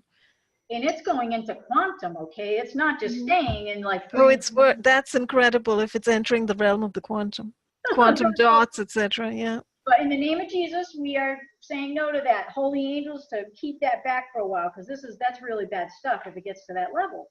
So now we've got the retesting. Now here's the part I'm really excited about sharing with you, okay? So this is the proof. In the advanced material analysis report, Dr. Hildy does say that the origin of the specimens and the relationship as a biosensory material utilized in advanced biomaterials and integrated systems, that the relationship to specific frequency transmissions were addressed in Melinda Kidder's PI report dated 13 December 2012, and the reported, etc., of her report, April 8th, 2013. Photomicrographs and analysis of specimens was performed by applied consumer, blah, blah, blah. She's basically saying that, in fact, this was truly nanotech. Yeah. And that it's real, and that it is important to note that the specimens that are made from advanced nano-smart materials will always conform back to its original design, shape, etc. So she's saying, for a fact, this $13,000 test, this is really nanotechnology. This is Exhibit U in my affidavit. Ah, okay. So she's saying this is really happening. This is really real, okay? Now, this is my favorite part I want to share, because this is the remedy, and I like to go straight to the remedy. But you have to show that there's a problem before you get there. Now, July 23rd, 2013, retesting of specific biological monitoring tests, exposure to advanced nanomaterials. Ms. Keri Burnor, the address, carbon copy to the doctors involved. And she says here, she goes into the discussion, which is the blood tests and the heavy metals and the nanotech, relating to that. This is when you went back to her after 6 months, when you did finish the protocol? Yes. Okay. Yes. And it says, conclusion. In general, the advanced biological monitoring tests show a total turnaround in response to outline recommended treatments, therapies for exposure to advanced nanomaterials and biosensor devices. A total turnaround in results. So that's incredible. All those protocols, she said, all values are well within acceptable ranges, and patient client has not experienced symptoms as previously described in earlier report, TDA, and other reports. And I'm going to show you that one. And you had stopped experiencing those kinds of symptoms, the subdural heating and all that? All gone, back to my normal happy self. So that's under conclusions, and I apologize for the quality here. But there, That's all right. on my YouTube channel, you can get closer and see these things. But that's right there in her report. Okay. Okay. So, Wonderful. and I'll show you the front page for the record. When you establish the record, you should at least show the Now, what about those implants that were transmitting and that were showing up as little dots in the back of your head and everything? Weren't they microtech rather than nanotech? No, those were nanotech, but they were destroyed. They were still, I'm going to get to that in just a second, and that's the front page, okay? Okay. Wow. So now, going to that stage, because I want to address that, I went back to Melinda Kidder. Okay. Okay. And on June 1st, 2013, she says, I was contacted in early November 2012 by Keri Burnor, hereinafter referred to as Burnor, of Texas, in regards to performing scans to test her presence of RFID chips or similar technology implanted in her body. After further communication, we scheduled the test date, etc. Who reported traveling, etc. That's just the old whatever she's saying there. Now she says here, Burnor was interviewed and stated that she had strictly followed a regimen recommended by Dr. Hildegard Standinger, among other holistic therapies, which Burnor felt was vital to a progression she'd made in a reduction of symptoms related to nanotechnology. Overall, applying micro and nano expression evaluation and REID interviewing techniques, Burnor believes what she stated to be true, and there's no reason to doubt the veracity of her claims. And then she gets into the instrument she uses. Then she says her observations, that using the ASICO, the RFID scan initially showed the megahertz, 258.4502 megahertz at the 2.86 gigahertz switch range. There was no specific point of the body being scanned. The scanner was tested at this time to confirm that it was still in working order. It should be noted that the signal strength meter determined the signals were not coming from Burnor, but to her. Oh, wow. In other words, the machinery in my body was broken. So the signal was trying to come, but it couldn't connect. It wasn't. Wow. So they were still trying to connect with you. The same signal was being sent to your body, but there were no reciprocal emitting or receiving frequencies from your body. That's right. And so now, all right, we're going to go into a whole other phase of this. This is going to be a little intense. Let me share this one with you. This is pretty major in itself. So basically you had cleansed yourself of the nanotech, at least the self-assembled nanotech that could actually coherently receive signals. Yes, and that's on this page. That's under the conclusions, or the notes, her observations, pardon me. And amazing, now, amazing. Is there any way of getting these documents and looking at them? Or these are actually on my YouTube channel and on my website. You can see clergyvictim.com under the military grade nanotech. Okay, that's the page. Okay, great. There's so much useful information in there. I'll stick the link below the video when we finish and recording and we have it. Okay. And you know what I'll do, just to make it easier, because I do apologize. I'm not the best webmaster in the world. I'm going to put these documents all on a page by itself on my website. That'll be fabulous. It'd be so helpful. Have to dig and try to find where are they? I'll make a page. I'm going to notate that. Okay, thank you. That would be so great. And just send me the link whenever you have it, and I'll add it to the description whenever you have it. Absolutely. Yeah. So now, here's the interesting part, okay? This gets wicked interesting. And, okay, I reached out to someone, a contact of mine in government. Okay. And I just said, listen, I have something to run by you. I'm not, I didn't claim anything. I'm just saying, I took the signals and I texted her the signals that were found in Melinda Kidder's report, okay? And I texted them to my contact who had access to a special database. This part was very private. This all went to Donald Trump, by the way. Oh, okay. Now, I sent her all the signals, and they wrote me back, okay, and they had access to the database to find out where the signals were coming from. This is major. Wow. And this is classified stuff. Yeah, I was going to say, those are hidden databases. I bet they're not out there in the open public domain. So the rule is that in America, if someone works with our government, they're not supposed to divulge the information. So they had a foreign agent tell me what this was. So in the car, I could hear the person say, "Tell her this." And the other one, who's not an American citizen, said, "This is a signal, and it connects to Lockheed Martin, and it's to a drone." So basically, they put this assembling nanotech in my body. Okay, the doctor had it happened under the doctor's care because I wasn't aware. Right. And that stuff assembled and turned into something where it could be traced and tracked. Okay, biosensory material, and it was tracked through whatever. Okay, through these signals, and it went to a drone. So they were tracking me using a drone. That's amazing. That is actual major disclosure, because basically this information was given to you, right? And through those channels, as you describe it, it's fascinating. As you said, my God, this is wicked interesting. That's the way they do it, through a foreign agent, and my mind is blown, literally. What did you say? They were in there, and they're like, "Listen," I said, "You do know what this is about, right?" They're like, "No, you just gave us signals and we're looking them up for you because they're my friends." Oh, they didn't know where you got the figures from, where the signals. Well, this is what they're from, and oh well, we can't talk. I gotta go. Bye. Hung up the phone. Wow, wow, that is absolutely incredible. I said I won't bring it up in other conversations. We won't bring that up. No, but basically, what you were able to achieve through this means is absolute proof that this stuff is, you're being used for weapons testing, Lockheed Martin weapons testing. Right. And drones are involved, and biosensors, nanobiosensors that are self-assembling inside the human body are involved. Absolutely. Now, the reason this book is this big, okay, on my story is because for 5 years I was going through hell, okay?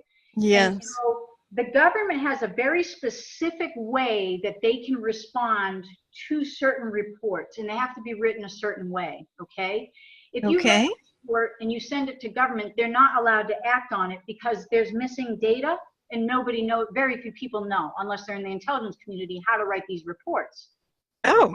So I created this report, and I sent it, even under Obama's administration, I sent a copy of it to every congressman, senator, you name it. It was faxed out, okay? At least the content of it, and the exhibits, all of these were also available at one time on the internet.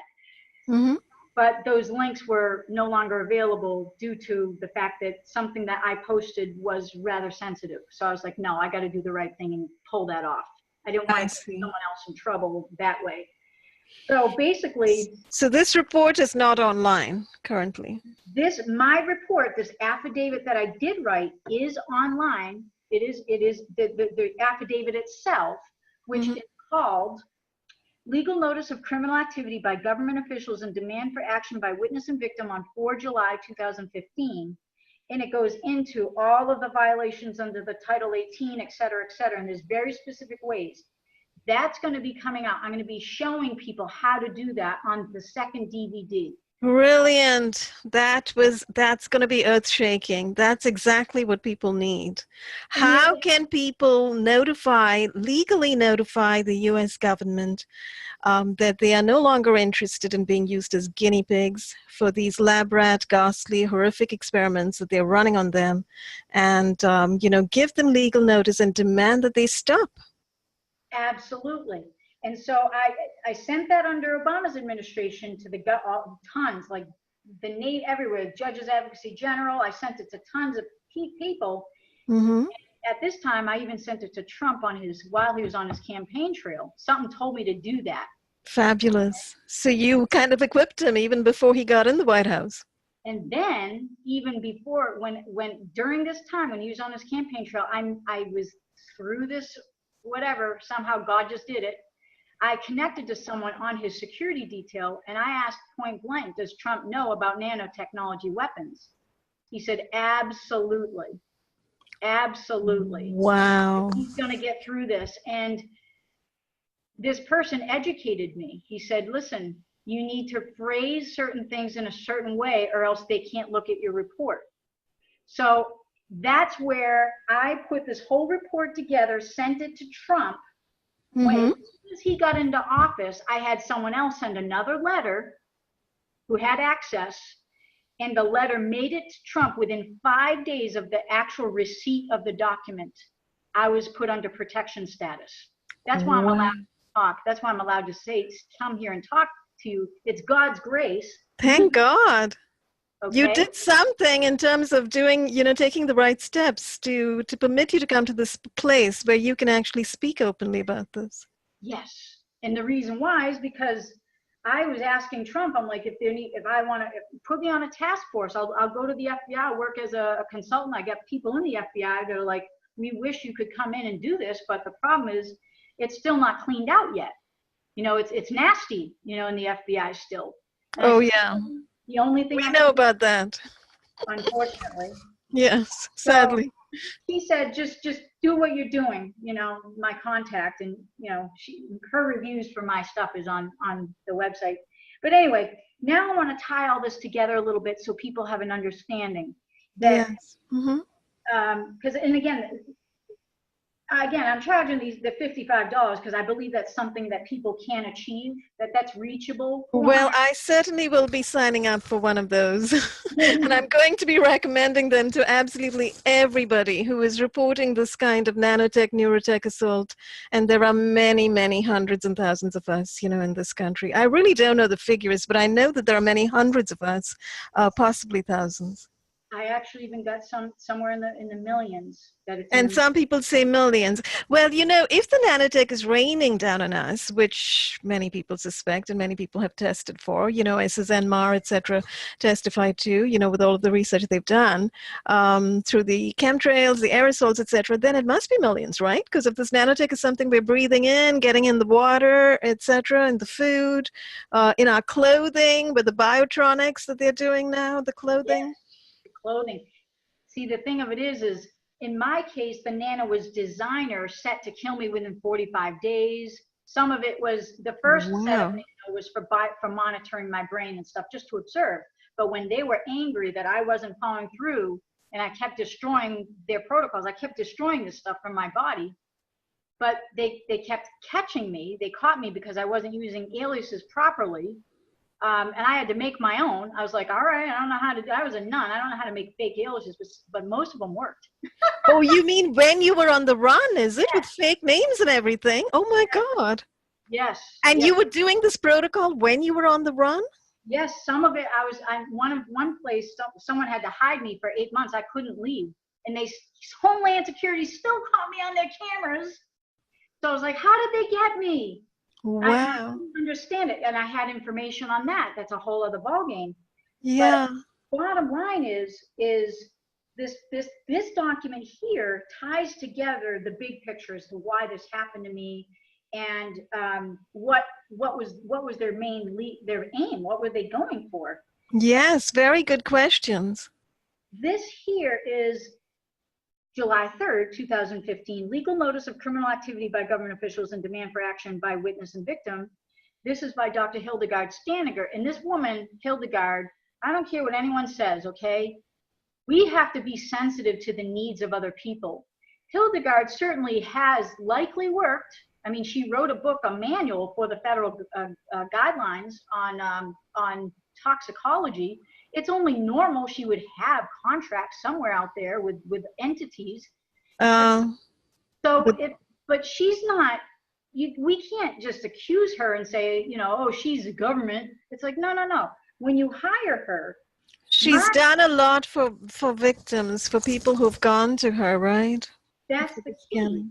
And to be sensitive, like, I never worked for a government agency. That's why I'm allowed to sing like a canary here and get this all out, right? Mm-hmm. But with her situation, she had so much integrity to even write this, okay? She put her life on the line to write this for me. So, Yes, absolutely. One does have to admire both Melinda Kidder and Dr. Hildegard Stallinger for doing what they have done for so many victims, even if they may not be working right now, which I regret. I'd like to go to them. But, and Melinda, she deserves this time off. That woman's been through hell and back. And really so it's I know, because on the personal basis, I'm like, we're friendly. It's not just she's my daughter, great. we're actually friends.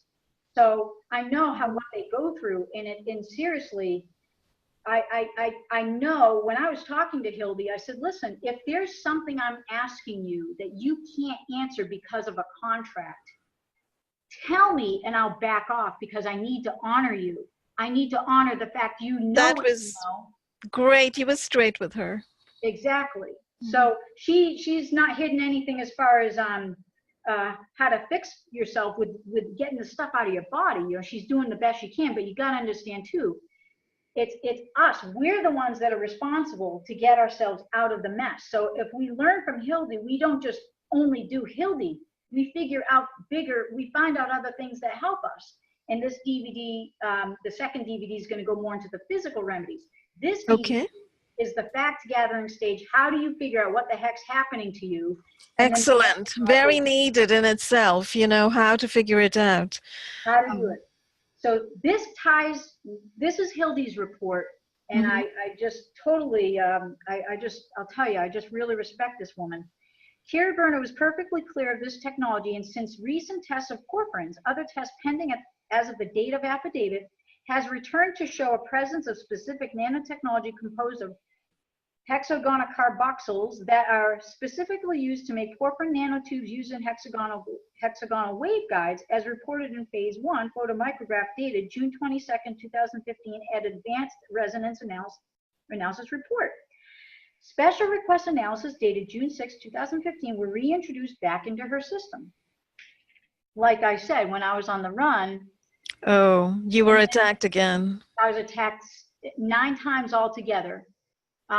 So just so you know, if you are really being targeted, it's best not to take a plane. That's how things went wrong for me. That she never gave permission for this, that the use of it was for torture, terrorism, and hate crimes, reasons against her due to Keri Burnor's unswerving faith in Christ without adherence to the Catholic faith tenets, recent conversion 2008 to Orthodoxy, a heretical act as defined by the Roman Catholic dogmas. She can say this, by the way, she's Roman Catholic. She knows. Oh, I see. And a means of retaliation by those who she witnessed against in a criminal trial in 2003 against the priest of the Cistercian order in the Catholic Church. The earmarks of Jesuit attack are also seen in that Fordham University pioneered the use of nanotechnology and is one of the leading authorities on the subject, that according to Keri Burnor's testimony, transcripts of the trial case, Commonwealth versus Joseph Chukong, that both priests who testified against her were graduates, affiliates, or professors at Fordham University. Affian heard Keri Burnor mentioning her concern that the St. Joseph's Abbey in Spencer, Massachusetts was involved, and that this same abbey had a founder by the name of J. Peter Grace, who is also known as one of the leaders involved in Project Paperclip, an operation that furnished a way to assist German doctors of the Third Reich evade the Nuremberg trials while also assisting with protecting those involved in mind control experiments. Wait, that's huge. Can you just pause right there? What was that connection with this paperclip doctor or Nazi? Where the monastery where the priest grabbed my boob, okay? That monastery is a CIA cover, okay? It's a front. And you discuss, this is the monastery. Now, were you in that monastery or had you been visiting? I was under the tutelage of the priest there because I was trying to become a hermit. So I was under their spiritual tutelage. And this monastery was a CIA front cover. Absolutely. Oh my God.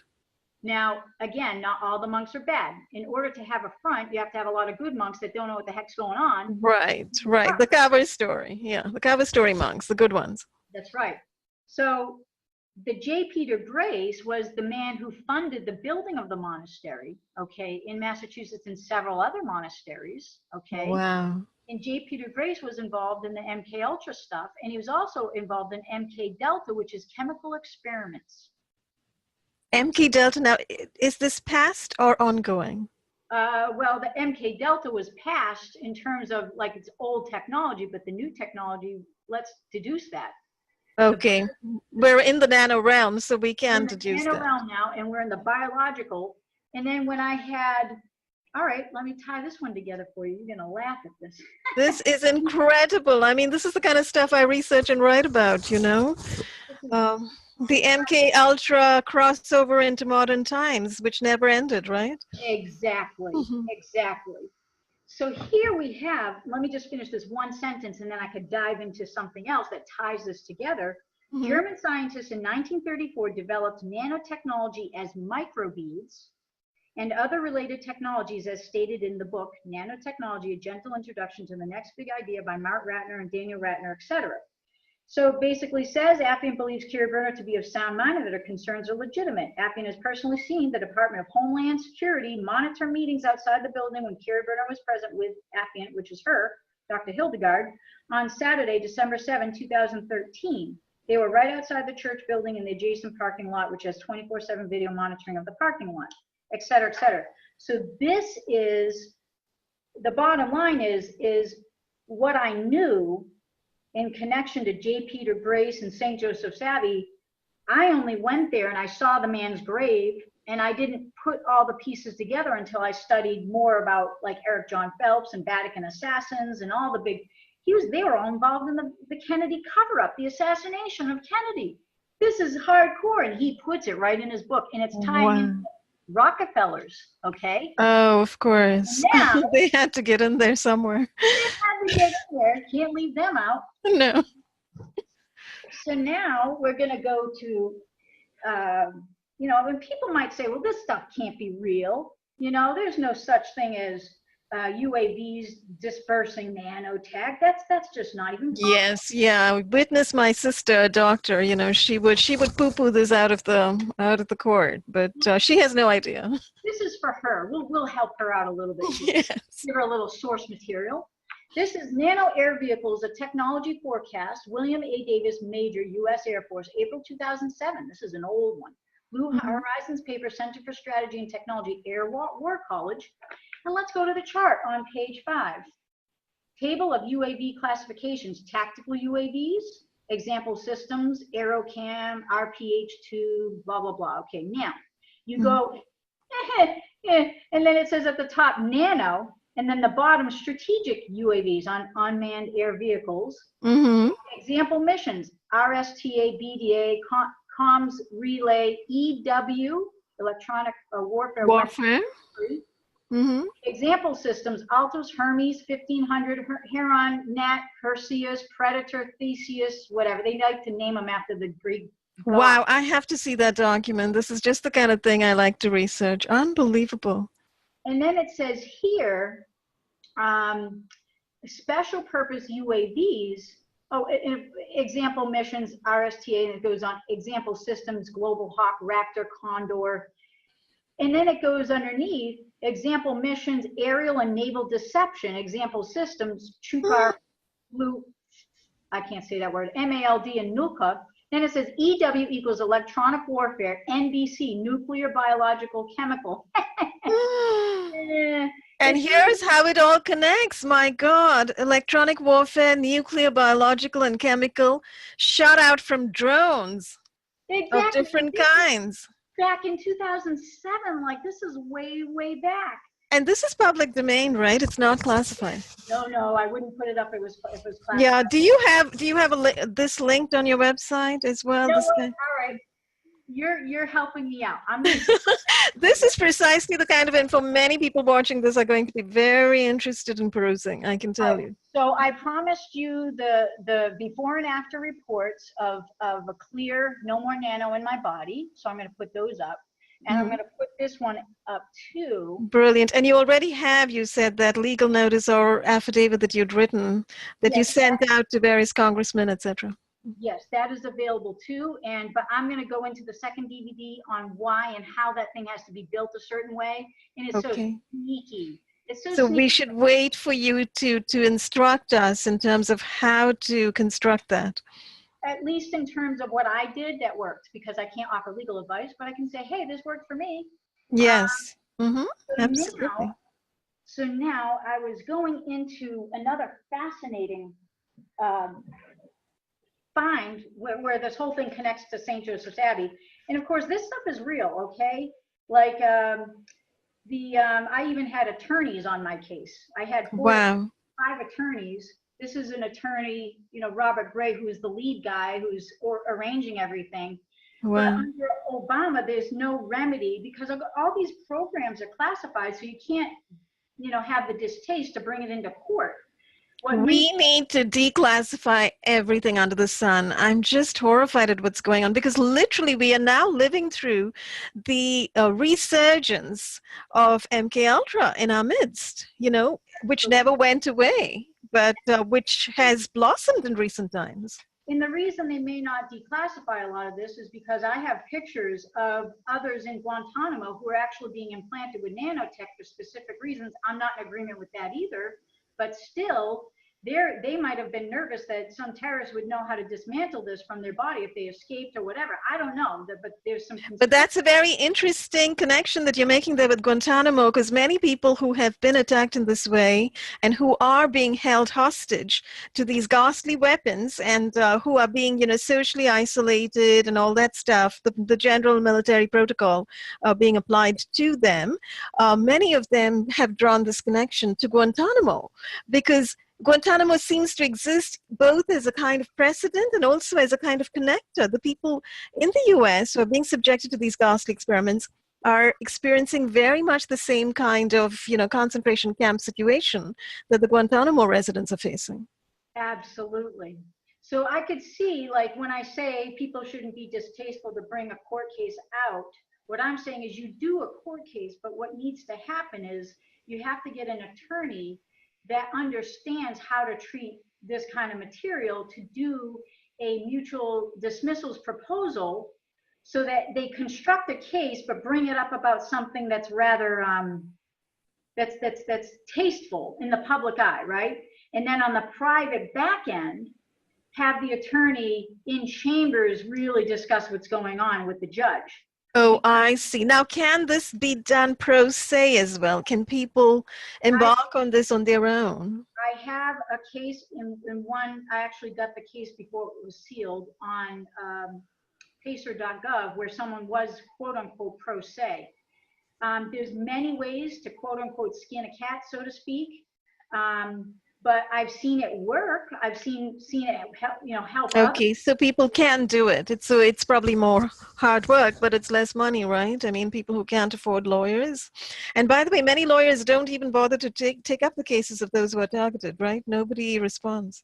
They wish to and they want to, but a lot of times what happens is they get attacked. And in my case, who was believed to be one of my attorneys was hit with a baseball bat and nearly severed their spinal column. So I said, you're all fired. Everyone's fired because I'm not going to let you guys get killed because there's no remedy. Mm-hmm. He was running those programs. I mean, like directives to have all Christians killed, you know, and Obama was doing this? Obama was literally doing this? Absolutely. Off the books. Absolutely. Evil. He was evil. He's not a righteous man. He needs to answer to crimes. And I pray to God. Yeah, well, I do know of the 26,000 bombs he's dropped, right, around the world in various wars. Not that other presidents don't do it. They also have been doing it. No one's ever perfectly 100% clean just because of the nature of it. But the essence of it is really who's truly fighting for mankind. And what I see is, why would Trump give 2 cares about me? I mean, it speaks volumes. And there's other people I know where I've sent correspondence to him and their lives were threatened and they're no longer being threatened.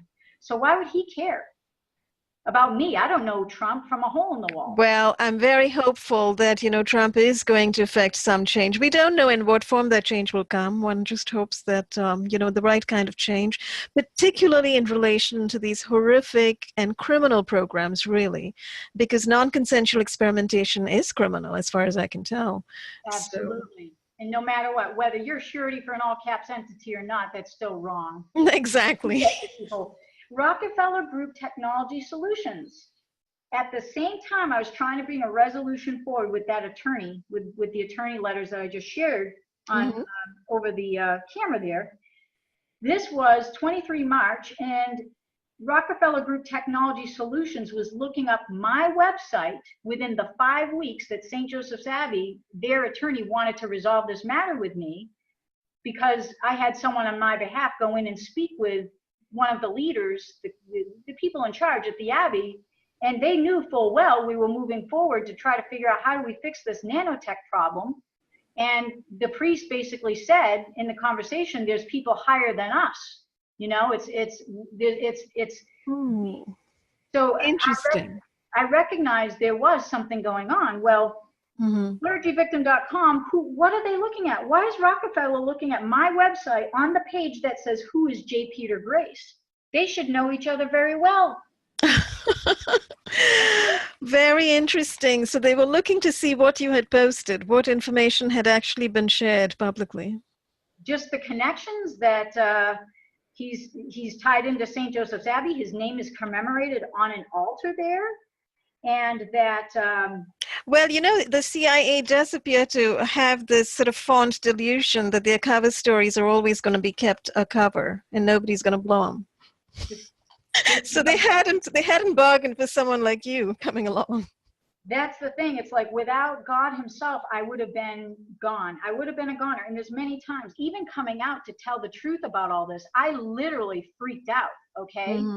I was so used to hiding and being under the radar, and I was so into that when my conscience was coming forward that, okay, now is the time, I really am safe, I'm being protected, and if I don't get out there and say something about this, then how would people know there's hope? No, I've never heard of someone else get up there and say, I'm free of this technology. You know, that's very, very true, Sister Keri. I have to say, you are doing an enormous service to humanity, not just in the US, but around the world, you know, because as you know, these programs are worldwide. And whether it's the US government doing it worldwide to them or, you know, somebody else, it's very similar. The programs and protocols with which people are being hit and targeted are incredibly similar. And other countries are definitely, I mean, North Korea, the signals I had were tracking back to North Korea. But wow. How does that all make sense? Well, yeah, you know, looking at various people's reports, I've read many people's reports from Dr. Staninger, you know, as I've been researching and writing about this. And people's frequencies are tracing to military bases in places like Azerbaijan, Uzbekistan. Yes. And around the world, also to telecom companies and also to universities. So it sort of gives you a range over there. Who's doing this? And they change it too. Like 1 year it'll be from that country or Manas air base, and then Manas is no longer available. It's oh right, they closed the air base down, right? And then they've started up something somewhere else. So it's really tough to keep track of these things. And the other thing too that I wanted to bring up is that you know, I try to use the language that the intelligence community uses, because if I use DEWs or whatever, if I use certain language, I'm trying to be as precise as possible. Because if we use certain language that's in one of those categories, they automatically mark you as being nuts. I see. So when we're talking about LRAD or you know, these kind of weapons that are being deployed against us, in my case, I have a report I want to share here. Please do. This is from a sonic weapons expert. And again, I was trying to overly spiritualize the situation. I was in a lot of pain. I got home from coming out of the country, and when I came back, I was using my passport, and my passport showed my real name on it, and that's how I was discovered again. And I'm like, wait a minute. Oh, I see. This is really bad, you know? So as soon as I got home, after, you know, a few days or whatever, I could hear these weird sounds, and the pain was unbelievable. The pain was so hardcore. Again, the cook from the inside out. Oh, dear. It's crazy. And when you got nanotech in your body, some of the nanotech could be. So were they using some kind of, ultrasonic or bone conduction or V2K weapon on you? Do you think that you were, getting transmissions? I use different language than the V2K. Okay, well, let's hear about it. Yeah. In truth, it's sonic weapons. Okay. Okay. Well, in truth, at least in my case, that's what it was. So here it is. This is the engineer who wrote this report. He says, so I stood there for 5 days like this, like, no, I'm not leaving my house. I'm not running, and I'm going to pray. And the signals can't touch me because I have a higher frequency because I'm part of God. And after 5 days, I was crying, and I called my security team, and I said, listen, I can't do this. I'm trying to be spiritual about this, but it's not working. Yeah. It's not working. So he said, let me see what I can do. And so basically, the sonic weapons person came to analyze. I said, I don't know what's going on. Yeah. And I said, when I take a walk out to the park, I do still feel the signals, but they're not as strong. And so this is the report that I got back. And yes, this person got severely punished, by the way, for helping me. Okay. And this is dedicated to all those who's put their lives on the line to help me. Okay, this DVD is dedicated for even those whose lives have been lost as a result of helping me. Oh, okay. No, really? I'm so sorry to hear that. This is hardcore stuff, okay? And I know that when I talked to them, they knew Christ. I said, you know Christ, and you need to get rid of me. You don't have to take me on as a client. They said, no, we're doing it. I'm doing it. And that's just the way it's going to be. And I said, okay, I'm just letting you know. With everyone that I went up to where I would hire someone, whether it's a doctor, whether it's whatever it is, security team, I would tell them, dump me if you get in trouble. Just dump me. It was hard for me to do that because, of course, it's natural. I'd be nervous. Right. But as you embarked on this, it sounds like you kind of wised up to what was going on and to the stakes over here, how high they were, and how, these black op agencies, as I call them, they tend to want to close rank and keep their secret. So they do anything to do that. They were punished, man. Some of these people were wicked bad. I mean, held for weeks, okay? Yeah. Questioning and all that stuff and worse, okay? So here's the report that I share relating to this. So I use the word sonic weapons instead of V2K so people can understand that there's a word that's more palatable in the intelligence community. Subjects' addresses confirmed to be targeted by multiple frequencies combined within a complex combination of delivery waveforms. The waveforms targeting the area are both HIFU and LFU that appear to be modulated to deliver some sort of data, as the packets that are encoded in the modulation are sweeping across frequencies and repeat at regular intervals. It is my assertion that there is some sort of message being delivered. However, and I have to skip through a lot of this part because there's identifying things that can't come out.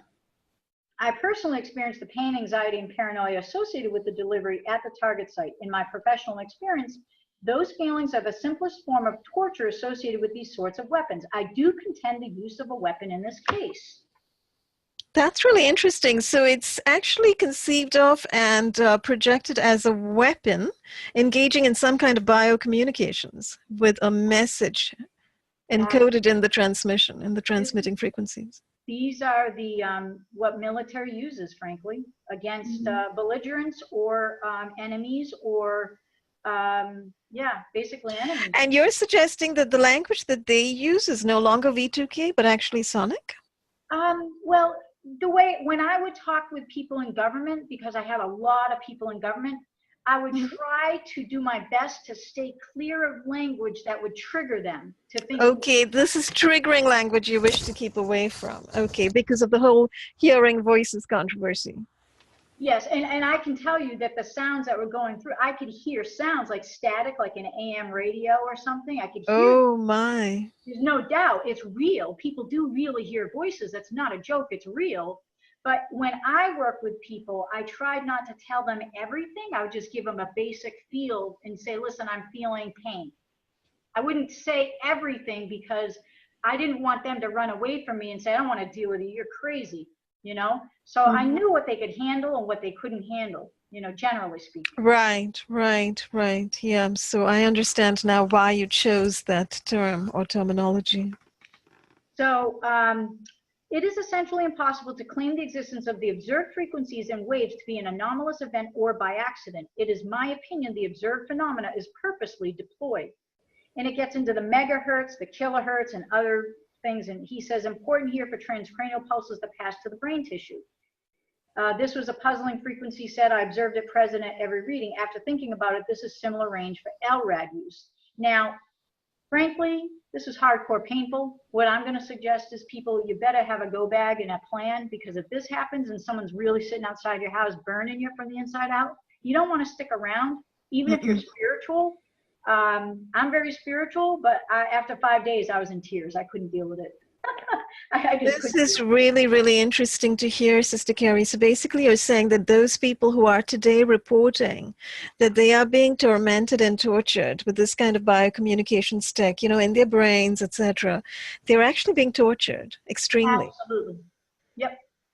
By design. The whole purpose of this was to really activate the tularemia. I was dispersed when I was in Mexico. Hildy had the timing right on the dot, and through spray, nano dispersal on my pillows and sheets while I was in Mexico, because the incubation period for all this is a very specific timing. And it was fast acting nano to try to kill me within a specific like 30 to 60 day period.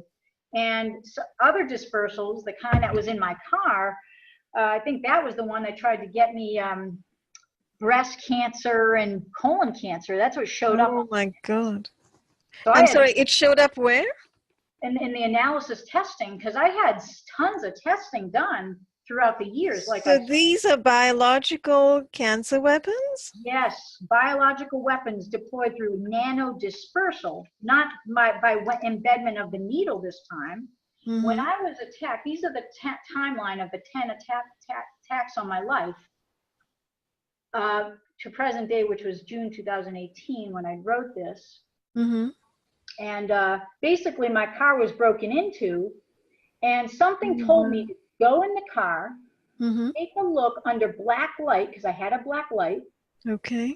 And I saw that fluorescent green dye on the carpet, so I cut the carpet out, sent it to Dr. Hildy, and her labs rendered a result showing that there was specific intent to have me murdered. And then I had other situations where it looked at a Jade Helm situation. Someone knocked on my door at 9:30 in the morning. I don't have guests. I go out to my closet where all my cameras were, and it looked like a AR-15 was waiting for me with a 100-round clip. I said, today's a good day to move. In your own closet? My closet had cameras, because I had cameras all around the house. And on the camera, this was, to me, a psychological operation to try to get me to react, to call the police. I see. I'm not going to call the police. They're not trained to deal with this kind of stuff. Right. Well, at least at the time they weren't. I don't know that they are today. But so I checked in with my contact, and he said, get the hell out of there. And then the point is they were posing to be someone to help with putting lines in for internet service. But I went in with an alias that had a social security number, and they looked up my real name that morning. The company looked up my real name. And the thing that they used to burrow in the ground, eventually this thing, they sat there for like 10 minutes outside in the back, having it look like a gun. Okay. Oh, wow. And I looked at all the other burrowing equipment that these companies use, and it doesn't look like this. This literally has like the thing where you could, for snipers, where they have to put the two, things. Oh my God. Right? It has a tripod on there. So I'm like, I'm not going to react. I'm going to be careful. I'm going to sit in the house. If someone comes in this house, I will kill them. Okay.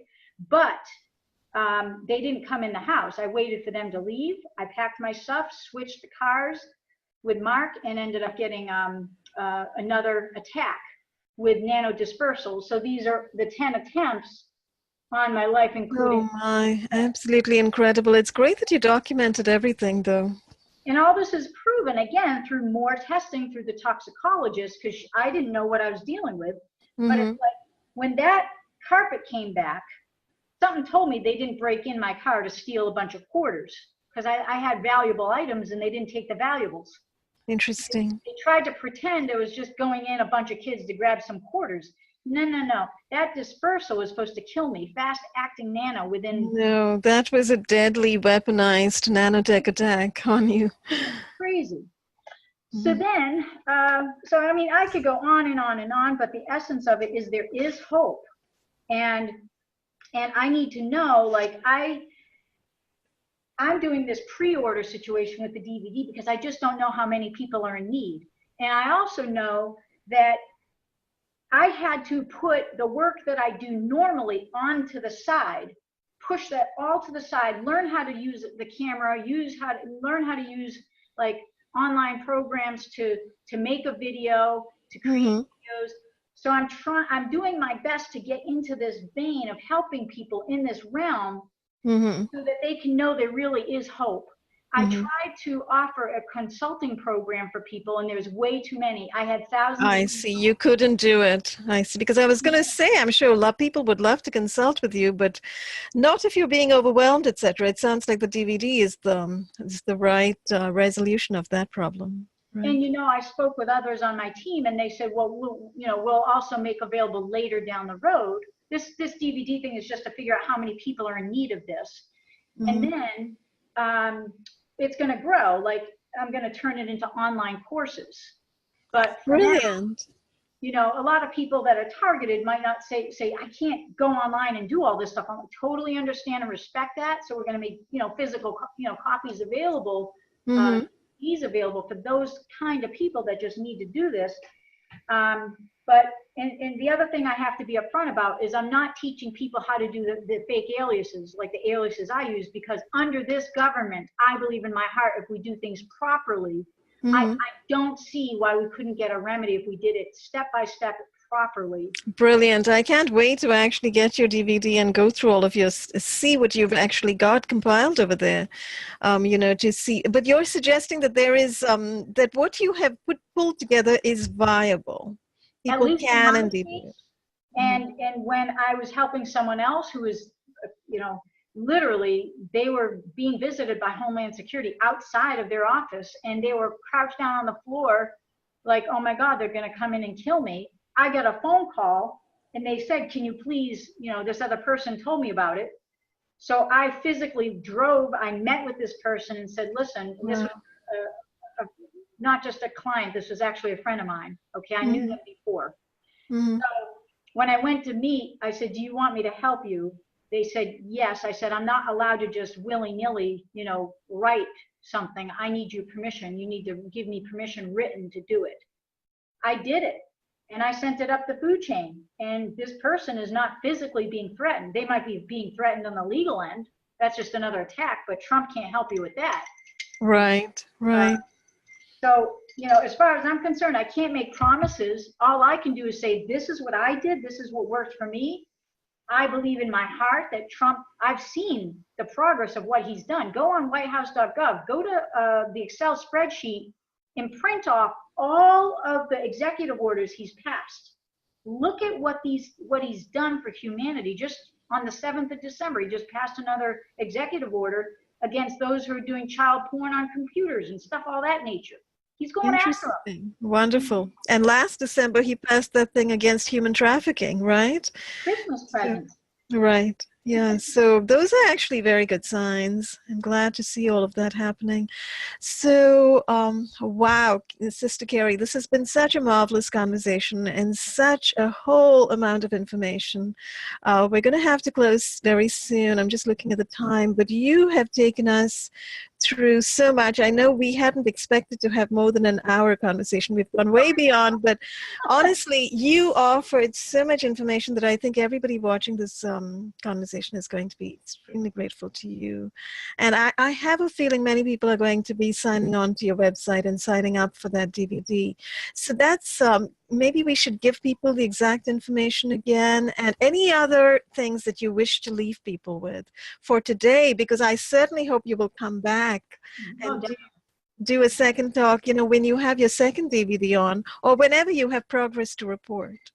Absolutely. Thank you so much too. And it's always a pleasure. It's a pleasure because like I mentioned earlier to you, that you were a comfort to me when I was suffering. Oh, I'm so glad.